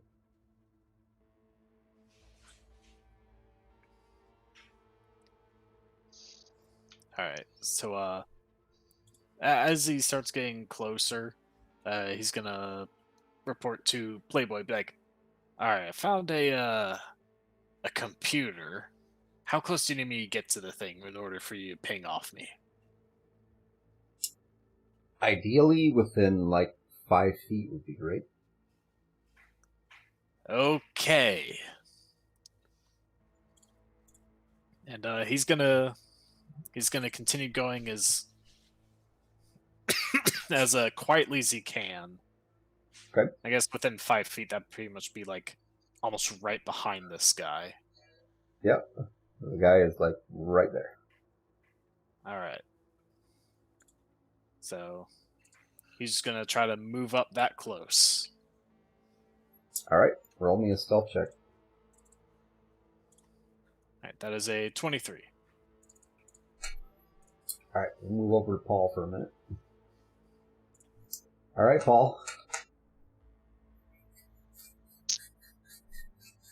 Alright, so Paul kind of sees a way, he sees another rack kind of a couple feet over to his left, so he's going to move in that direction, keeping in mind what Scotty said about some eyes might be on him, so he's going to take extra care to be as stealth as possible. Okay. He's going to move over to that rack though, and then peer down it towards the direction he was originally going, towards the other side of the building. Okay. So from that vantage point, behind you is a staircase leading up. You see underneath on the opposite side of the catwalk that's leading across the building. You see another staircase on the other side that comes down to the floor you're on. You look down, kind of peek around the corner looking down this aisle, and you see the area underneath the catwalk is pretty clear except for the supports for the catwalk itself. And this one guy smoking his cigar.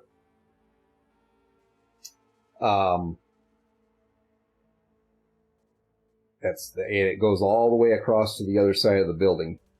You don't see any staircases leading up other than the two that are basically That are right here near by you. me. Right. Yeah. So Paul kind of gets over the comments. He's like, "Hey, Scotty, from where you're at, can you hit that guy with your eye dart thing?"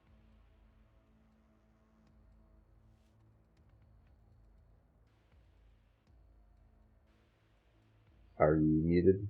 No. Scotty kind of replies, like, all right, where am I looking? And he's kind of towards the middle of the catwalk a little bit.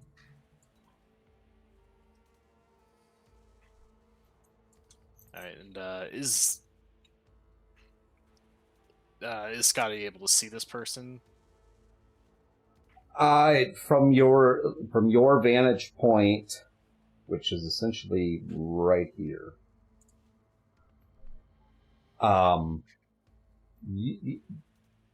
No, you would have to actively try and like look over the railing to see this guy. So you have a choice to make. You can try and do that. Or you can continue with what ye are doing. I'm guessing trying to look over that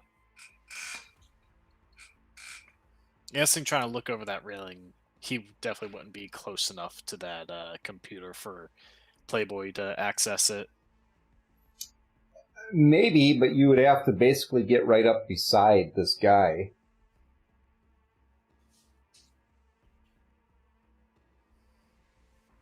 Alright, so, just now that he's really close to the guy, like, at this point, because last time I checked, this guy was a bit farther away from the guy. Mm-hmm. So at this point, how's it look? Does this guy definitely look asleep? I don't know if he's asleep. You do see that he has a brain dance kit over his eyes. Okay, so he's somewhere else right now, essentially. Yep. So, with that knowledge, Scotty's going to try to stay close to the computer and just peek his head over the railing, see if he can't get a view on who Paul's talking about. Yeah, you can get, at the very least, you can see this guy from about mid-waist down. Okay. So, does it look like he can get a decent shot on the guy? You could try. It's quite a distance. You're talking probably 40 to 50 feet. Is that within your range? I mean, I feel like the dart gun has the range of like a normal, like, say, handgun. So, I'd say that's within range. Probably not the perfect shot, but within range. On the plus side, if he misses, I mean, they may not even notice. Go for it. Yeah, so Scotty's just sort of peering over the railing. Mm-hmm. Just gonna take a shot with that sleep dart. All right, roll it for me. Oof. Okay, 15. Shit. I'll spend 3 luck to make that into an 18. All right.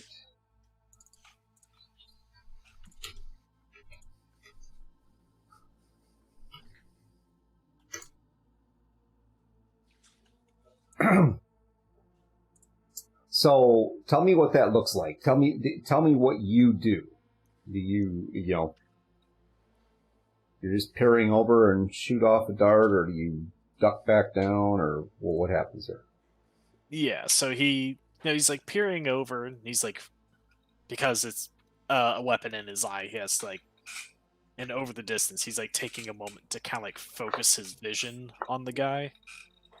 Okay. And then kind of like the usual visual where it's almost like the pupil dilates to a great degree as it opens up for the dart to come out, and just like then just it shoots out almost just a little doo, Okay. you know, almost. I imagine there's a tiny bit of noise, but I feel like in the grand scheme of things, fairly inaudible. All right. And he hits the guy, and then he kind of just immediately ducks back down and reports like, "All right, I got a hit on the guy, so hopefully that drops him."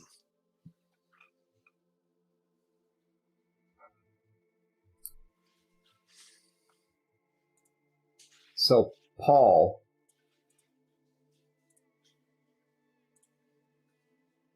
it's like this. I'm still here. Just give me 1 second.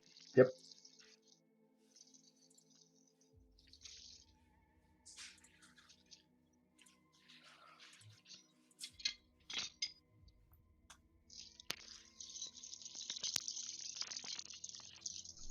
We'll hold on for a second here.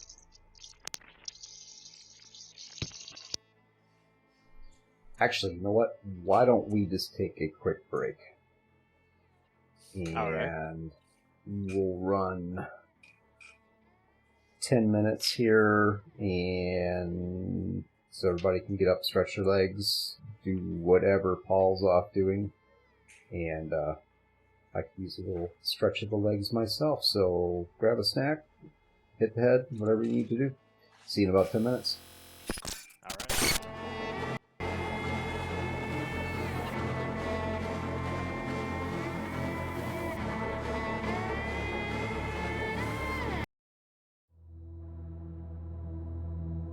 Cause we lost everything.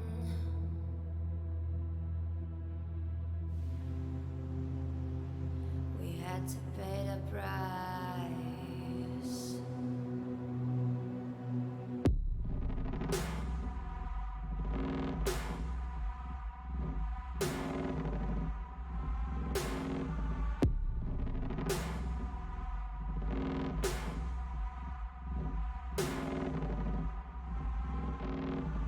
I saw in you what life was missing. You lit a flame that consumed my hate. I'm now one for reminiscing, but I traded all for your sweet embrace. Cause we lost everything.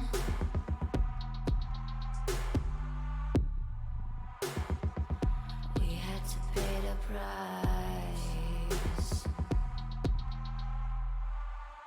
There's a canvas with 2 faces of fallen angels who loved and lost. It was a passion for the ages, but in the end, guess we paid the cost.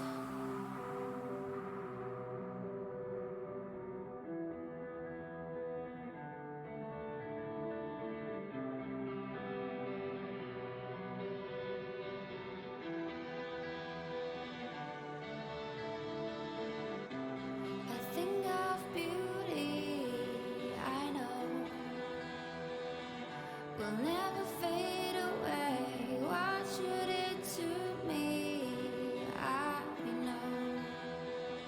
Said what you had to say, but a thing of beauty will never fade away.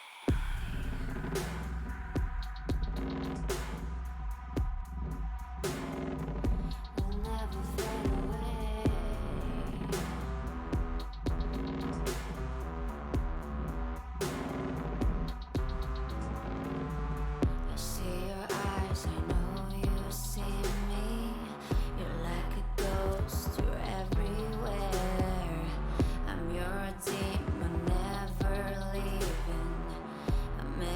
of rage and fear.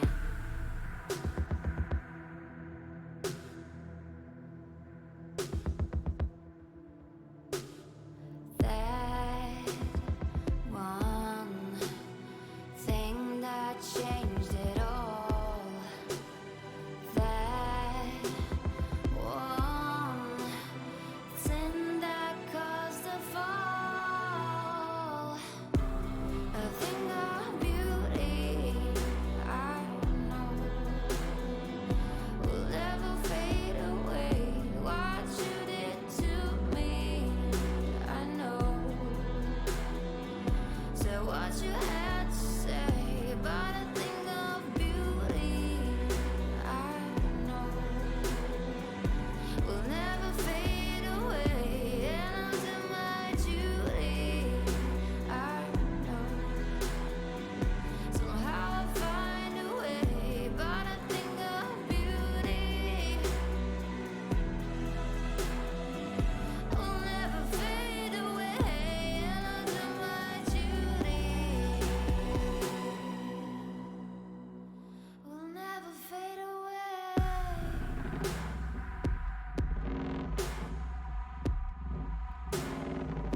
Will never fade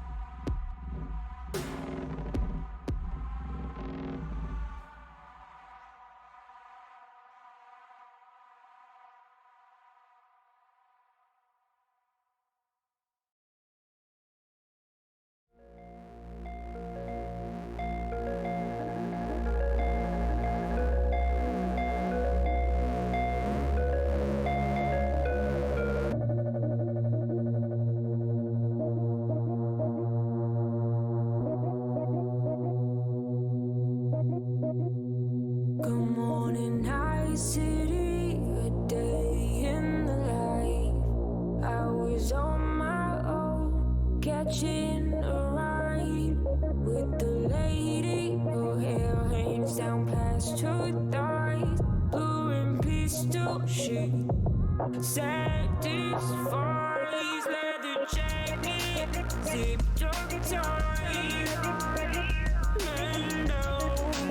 Big ones coming, look for lost and found. Iron gleams, bright and Night City, where your appetite weighs you out to sunrise. She pulls my trigger, got me up alright. It's a danger pretty here in Night City. Here in Night City, got me up alright. Here in Night City.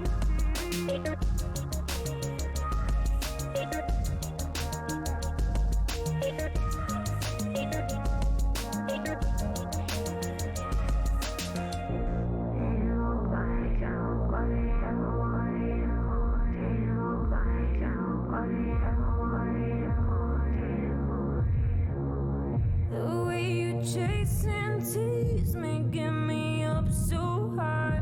We're on the rooftop and you don't compromise. Too many hollow, empty bodies lying around my street. Don't testify. You got to whisper now on your own, and so we keep on moving. Gotta take it slow. No, she pulls my trigger, got me up alright.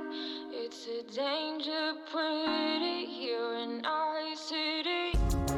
She pulls my trigger, got me up alright. It's a danger pretty here in Night City. Here in Night City, got me up alright. Here in Night City. She pulls my trigger, got me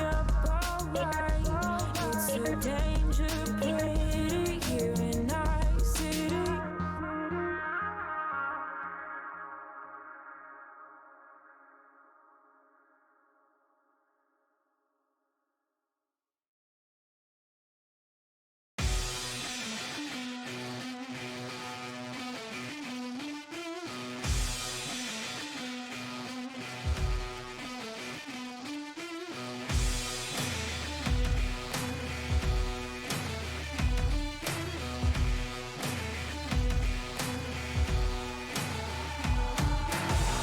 Got chrome in my bloodstream, got a hardwired metal soul. I'm craving serious action, not this bankrupt rock and roll. Ships are passing in the tide, riding high, my slides a shot. Metal burning neath my skin, I'm chipping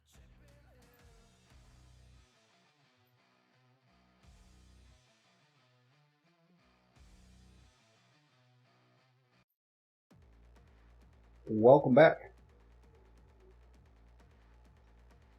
Welcome, welcome. All Hello. right. Hey, I was just stuffing my face. stuffing your face. Fantastic. It's a slow night tonight, so Yeah. we are good. All right. Let's get back over here.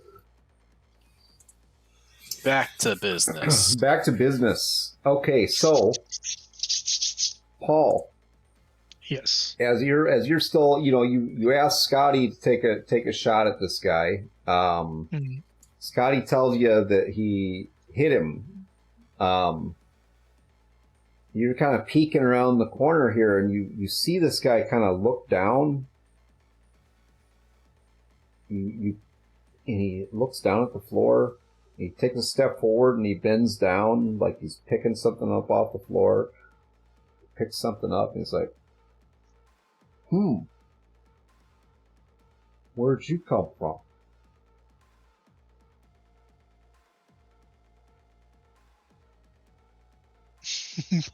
Paul's just staring. Just like said, did you hit him? I thought I did. Why? Is he not going down? Nope. He looks bright-eyed and bushy-tailed to me. Okay, so either this man has an unusual resistance to sleep drugs, or I might have missed him. Either way, we're gonna have to deal with it. All right, fine, whatever.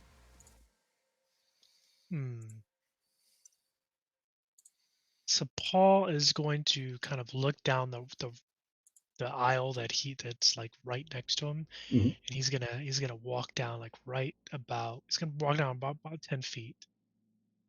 He's gonna hit a cross section, and he's gonna try and sneak past this guy down to about another 10 or so feet.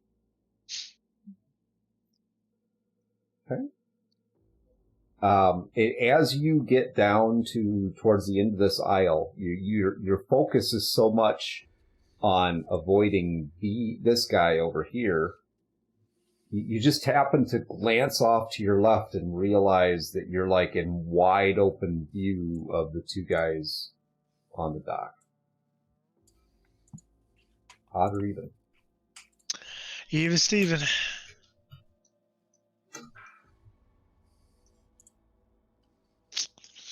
Ugh. That was not even. That was not even. That was not even. No. So these guys are talking, and one of them kind of looks over in your direction. He's like, "Hey, you!" Paul steps out. It's like, hey, how you doing? How you guys doing? Everything all right out here? Just doing my patrol. They they look at each other and like, are you supposed to be here? I mean, I was told to patrol the area and make sure everything was good to go. Look, man, I'm just following orders.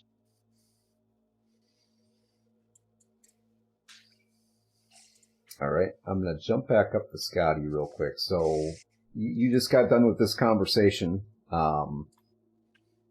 Sounds like you might have missed the guy, maybe. Yep. Right now he's focusing on staying close to that computer. It's like, all right, Playboy, how's it going? I'm within range. Yep. Just a second. I'll be in momentarily.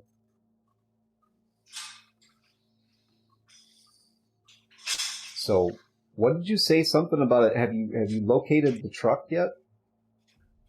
No, not yet. Oh, well then, what am I doing? Am I trying to locate the truck? Am I opening the door? Am I? Well, first, have you gotten access to this computer I'm near? I'm into the system now. I just need to know what do you want me to do? Because there are several firewalls in here. So Okay. First things first, we need to know where the truck's at.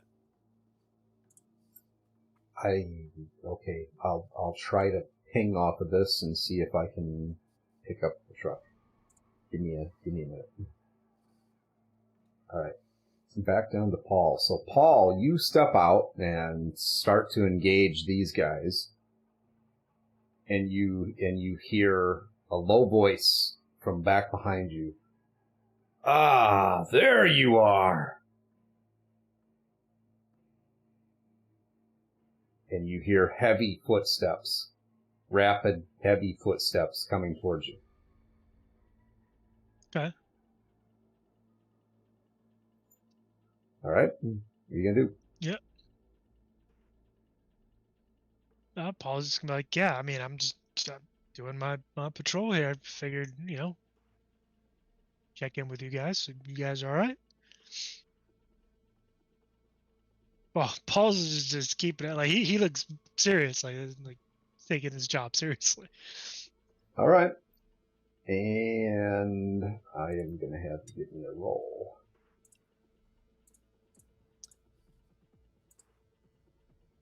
Hold on just a second here. All right. So,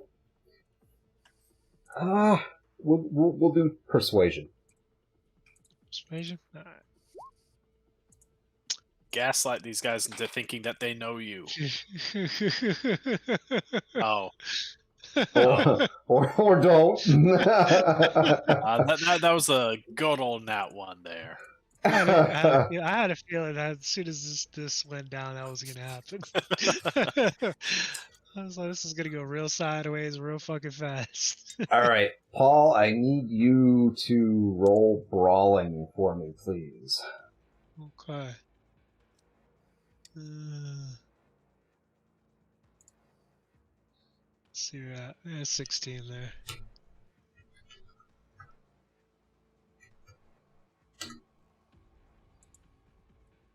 All right, so you feel the presence of this guy coming up behind you, and he goes to wrap his arms around you.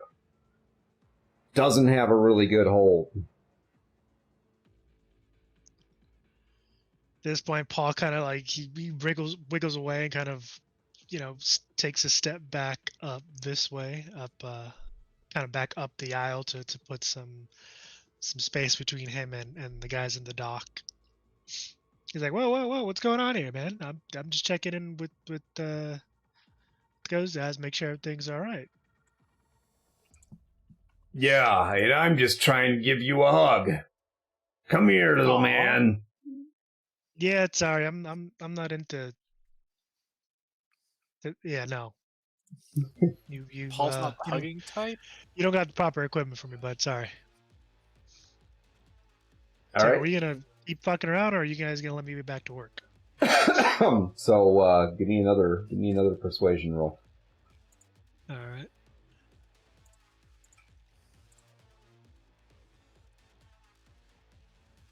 Oh, 11. It's like 2 ones. You're not fucking helping. All right. Scotty. So Playboy comes back to you.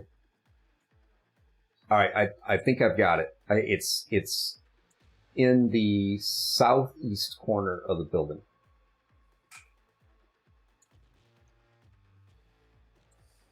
I might even be able to start it up from here. And where's that in relation to where Scotty's at right now? See it? It's off to your left. Okay. So, looks like, at least based off the map you've provided, at this platform that Scotty's at, looks like there's a stairway down that can get to the ground floor. Then from there, he can make his way over to it. Right here. Yeah, okay. So, I assume Paul would have heard that about the location of the truck. Where is it at? It's at the Southeast corner. Okay, so like right around here. No. Down here, which is actually southwest. Yeah, not southwest east. corner. Sorry. Okay, so That's right. You know, I mix up my east and west all the time too. Common mistake. Okay. So yeah, he's clocked that, and he's like, okay, he's kind of keeping that in mind, and he's gonna start making his way in that direction. All right. What about the guy who's right in front of you? Oh no, he's like, yeah, like, I mean, are we gonna sit here, John, or are you guys gonna let me get back to work?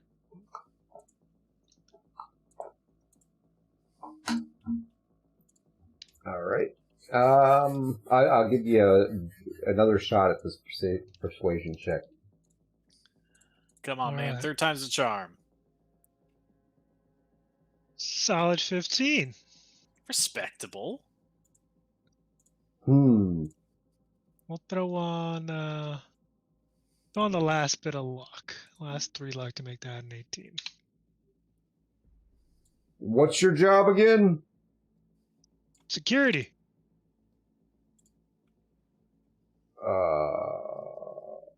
Well, that's my job. Yeah. I mean, you're what? Do you think they're just gonna leave you here by yourself to do your job? It's a lot of warehouse for one dude.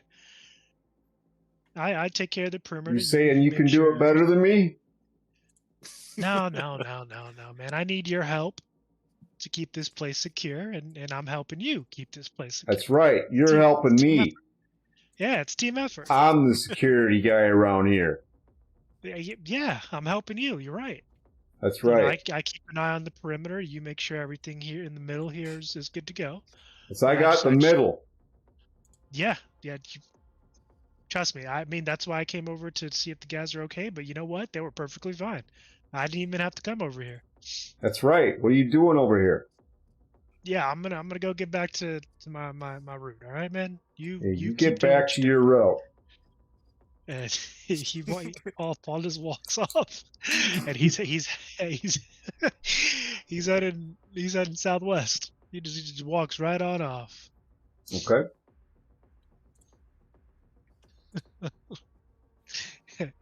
And in his head, in internal comms, he's like, "Y'all motherfuckers better hurry up."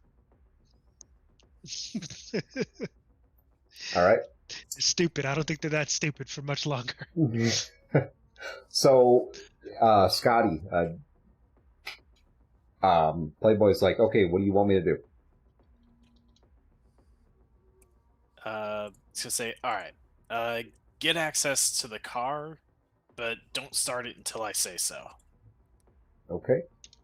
That'll. And Scotty's gonna start. As usual, making sure the coast is clear. He's gonna head down that stairwell and start making his way over to the truck. Okay, give me a stealth check. My specialty. In fact, just saying that is a Just Is saying it that's Jinx? going to do it for you. No, that's good. That's a 19. Nope, you get down there. From the bottom of the steps, you don't. These other two guys just kind of shaking their head at what they just watched go on. They go back to their conversation. All right. And Sky's just gonna report to there. I was like, making my way over to the truck right now. Okay. And Paul. Yeah, he's gonna continue walking over to the truck. You know, he's walking quickly, but you know, he's making it look like he's peeking down aisles, you know, patrolling, and you know, like he's doing his job. Doing his job. Just in the wrong area because he's a helper. Okay. All right, so you guys, you make it over to this corner of the building, and there is I mean, it's a big truck. It wasn't necessarily visible behind all the racking, but this is a big. It's an armored carrier. Clearly Arasaka. Big. This Arasaka symbol on the doors, on the trailer, big letters says Arasaka. And it's an Arasaka military transport. Nice. Sky's just back. Well, at least we know who they got it from. Is there, with the way things are set up, is there a straight shot to be able to drive it to one of the garage doors? Yeah, it looks like it was backed into this garage door that you could see the apparatus for it. All right. So this guy's gonna over the comms, including Playboy. He's like, "All right, Now? we're at the truck. Do it now? Hold on. We need to set this up because you can start the car, you can turn off the lights, and I you can have start access the to the car? garage doors." Okay. you say you can start the car. She says I can start the car. Okay. She And does it right there. and you hear this big diesel engine start lining up.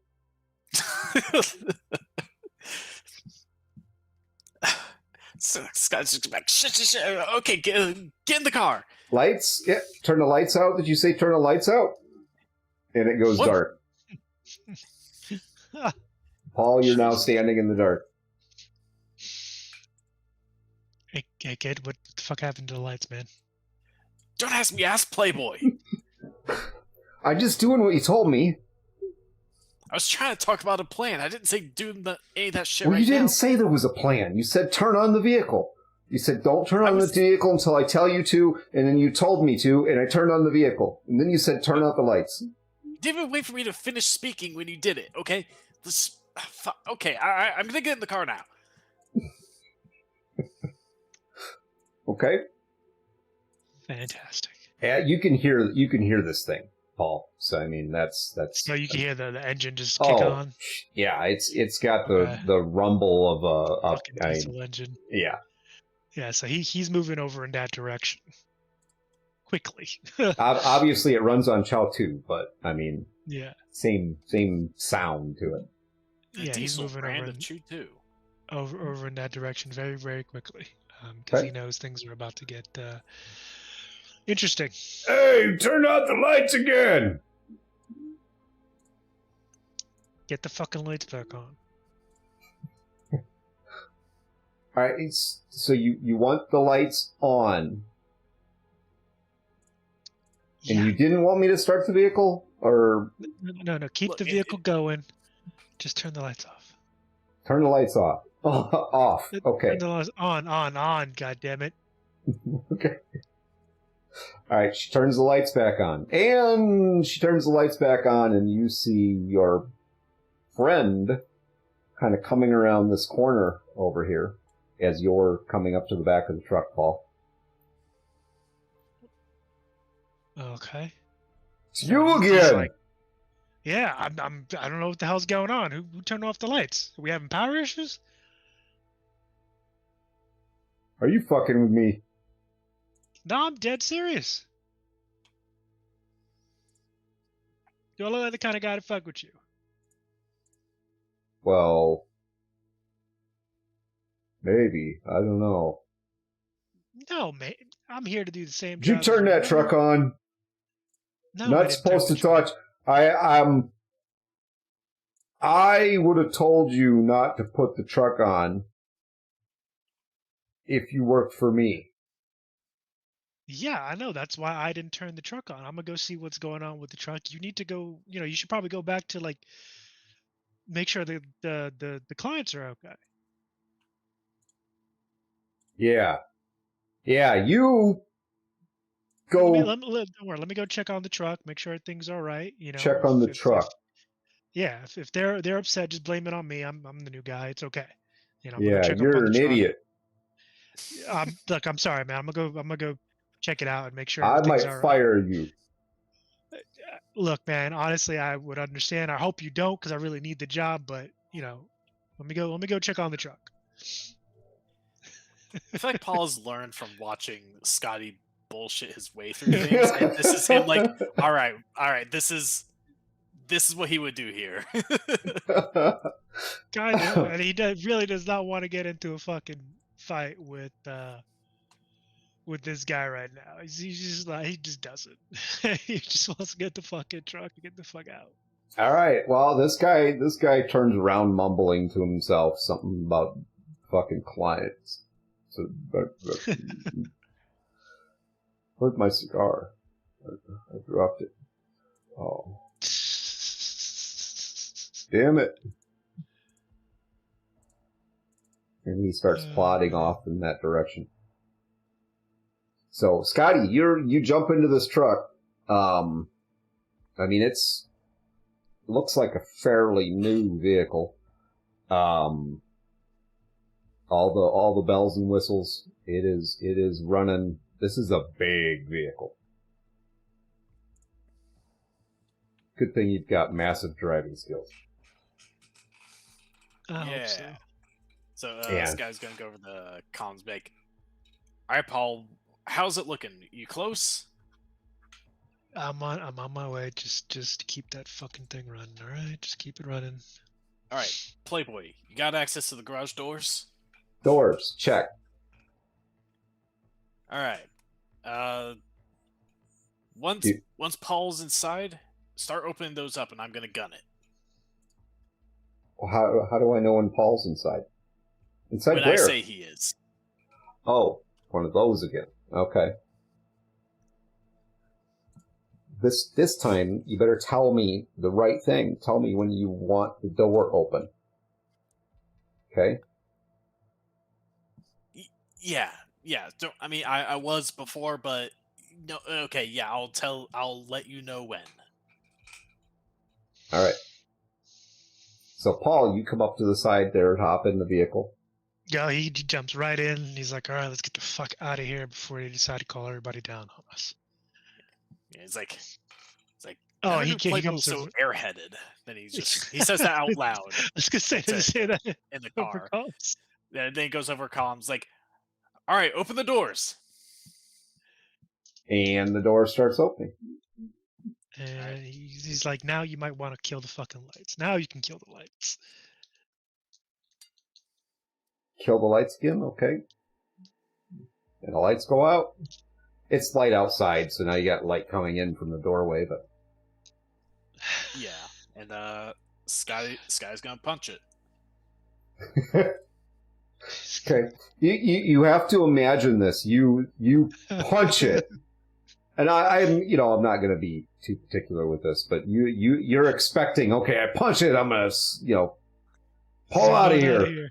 And it lunges forward, and that's about what you get. And then you get that drag to it as it starts to take off. And this is the beast. Okay, so it's not exactly screeching tires, quick acceleration, but it's like it's got to work it up, that type of thing. That makes sense. It's got to warm up. And then while he's at, he's probably gonna lock the doors just so no one jumps onto the doors and just opens it up and tries to drag someone out. Yeah. So you actually managed to. I mean, you got some people screaming and yelling at you. The guys out front take some pot shots at the truck before the corpo guys yell at them. And you drive out of the lot with this truck.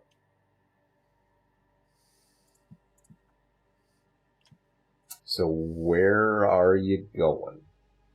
Back the way you came?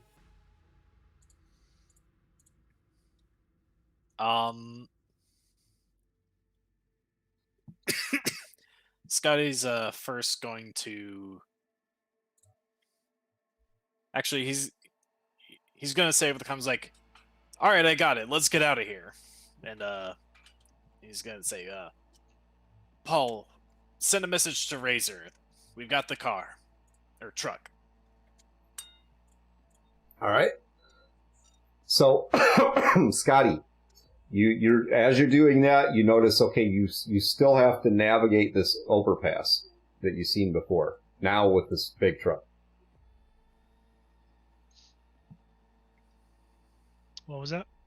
You still have to navigate this overpass that you've seen before from the opposite side now. Only now you've got the big truck. Unless you're going to drive out into the Badlands. Probably not. Are you going into the city, or are you going the other way? Frankly, we have no idea where Razor even wants us right Hmm. now. So, yeah, let's just go into the overpass. Try to navigate through there. Roll me a driving roll. Okay. We should let Paul drive. An 8. You got an 8. Oh, I keep So- being the one put into the driver's seat. So, slap some luck on that shit. Jesus. I already used you all my luck. Oh god. Oh god. so Paul, you're sitting in the passenger seat. And Scotty's, telling you to call Razor, let them know you got the truck, and you're just kind of watching as, I mean, the big wheel and Scotty's just kind of like all over it, the truck just kind of lulling back and forth as he's going, and it just keeps gaining speed, like he floored it and just basically holding the pedal down as it keeps gaining speed. And you see in front of you this low overpass filled. I mean, it literally looks like a shanty town underneath this overpass. Fucking great.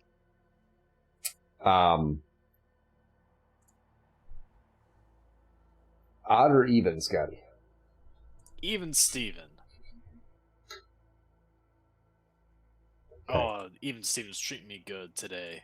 So, as you enter this overpass, you cannot help but run shit over. I mean, it's like the street sweeper just entered this thing.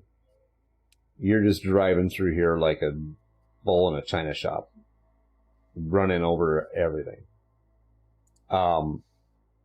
You come out the other side. You manage not to hit anything too solid, but I mean, you're like, it's an interesting ride as you can tell you're running over things. You hit something solid under there, but it just gets pushed out of the way. You come out the other side. You can tell you're on the other side, but you have a tent over the front of the vehicle, so you can't see out the windshield. Turn on the wipers. Turn on the wipers. That doesn't quite do it.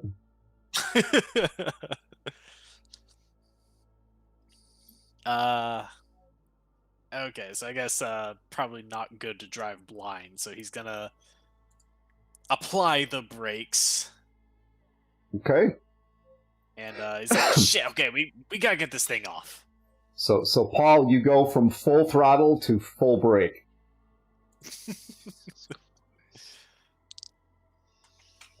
This is bad. We need our nomad. Mhm. And you can hear the air brakes on this thing just locking up as it comes to a halt. Tent's still there, man. What are you gonna do? Scotty's hopping out, and he's gonna deal with the tent. He's like, you know what? You drive. All right, I'm gonna take care of this.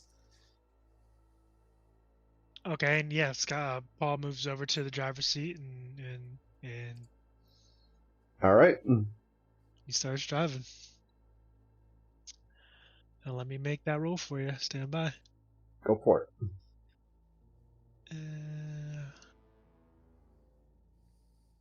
As an 11. Bruh. Shut up. It's better than your 8, all right? Wow. Okay, so are you gonna put any luck on that, or? I got no more luck to burn, man. We need our nomad. Where is she? All right, so Scotty, you jump out and you pull the remnants of this. You got people just, you can tell they're working themselves up into a frenzy back there, and where you just drove through their house. You pull the tent off, get in the driver or in the passenger side of the truck.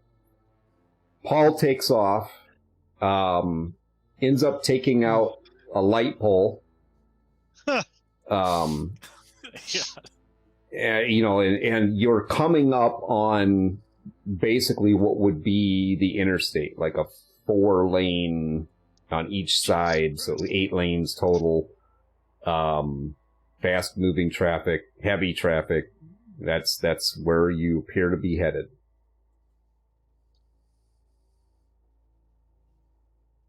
All right, and did Paul get around to messaging Razor, or did he not get the chance to? He hasn't gotten the chance to, but he'll send that message now. Oh, good. Give me another driving roll. Okay. Let Scotty handle messaging Razor. You're texting and driving. Don't do that, guys. Don't try this at home, kids. Yeah, definitely don't fucking try that at home. So yeah, he actually he goes to pull out the Nokia and stuff, and he's like, you know what, you send him the message. And yeah, he takes the Nokia and he just sends the message to Razor, like, we got the truck. Really? That's all you get back at first. Like, yeah, really? Now tell us where we need to be. And you get an address on there. With that, we're going to close this episode out. I was going to have you keep going with the driving rolls until you actually made one, but we'll give you the mulligan on this one. Don't let these guys drive, kids. That's why we have a nomad most of the time. Yeah. All right. So I think, like, somewhere in here, we are going to have just like why is it that I have not been able to fire a shot at you guys in a while? That's horrible. Because we've been handling things. We've been on the pacifist route lately. You have been. We've been trying to be better human beings, and not just killing everything we see. Even though we've definitely caused damage to. Once again, we've done the most damage to completely innocent civilians. Keeping on with the theme of last week, where we haven't killed anyone, but we've proved ourselves to be public nuisances. Mm-hmm. Well, if you're good at something, I mean, So yeah, that brings this week's episode to a conclusion. Actually, our next episode of the BOR we will have Paradox and Ring back. So we'll actually be able to jump back into the storyline there and continue find out what happened or what's going to happen with Lobos and Paradox and that whole group. And what is the future of the BOR? Interesting piece tonight. So you guys, you made a little money. You managed to be sneaky sneaks and make your way through this place. Paul proved that he apparently knows how to bullshit people. That's actually like a new development there. Scott is very proud of him. The man has layers. He has layers. It's like an onion. Gotcha. Yeah. Like an ogre. Awesome. He's got layers. So, quiet night tonight, but, just for posterity's sake, make sure that you join us join us next Friday for the next episode of the BOR, which will have that conclusion piece in there, getting back into finding out what's going on with Lobos in the 6th Street gang, and getting Ring and Paradox back.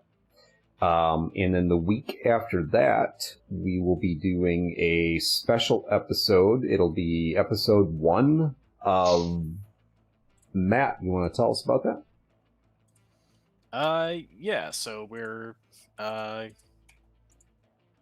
sorry, talking about on the 12th? Yeah, on the 12th. Sorry. Yeah. All right. So, on the 12th, we're going to be playing Pirate Board that we kind of took a look at last week. And we're going to have Luke Stratton, the very creator of the game, as one of our players. So, I'm brewing up some good ideas. I think it's going to be very exciting. And you guys should check it out. I think it's going to be worth it. I get to play. I'm excited. Yeah, the forever DM finally gets to play. It'll be awesome. Very exciting. And for the update log, we got some exciting things going on there as well. Rob, you want to talk about that a little bit? Yeah, speaking of Luke Stratton, October 4th, he will be joining us on the update log to kind of talk about himself, his career, Pirate Borg, kind of how that came to be. And then again on the 12th, he'll be joining us on Friday stream. October 9th, we'll be joined by a fellow streamer, Lord Gasumba, who likewise has been kind of a pillar in the TTRPG community, especially if you're interested in things like second edition D&D and Greyhawk and all that jazz. So he'll be on to talk about that and the projects he's working on and a little bit about himself. We actually have quite a number of individuals set to come on the show in the coming weeks and months, so stay tuned for that. If you want to keep up to date on those things, join up on the Discord. That's where we post a lot of the updates and kind of announcements. So there's a lot of things coming down the pipe, and hopefully you guys will be there to join us and enjoying all that fun stuff, because we've got some interesting folks coming on, to say the least. We do. We're really excited to have those folks on the show and be able to, really explore their career and the things that they've been working on most recently. So really good stuff. Just a quick hit out there. We're going to be changing up some things with the channel and the games. So over the next month here, we are going to be starting our run of Alien. Through Free League Press, and I'm really looking forward to that, because I've always been Alien was like one of the first horror movies that I really remember. So it's good stuff, and I'm excited. I think it's going to be great. Yeah, I like that genre of, obviously, cyberpunk genre that I love as well. So with that, unless you guys have anything else, I think we will roll out of here for tonight. Yeah. All right. Outstanding. All right. See everybody on Wednesday. Have a good night. See you See guys you next guys. time.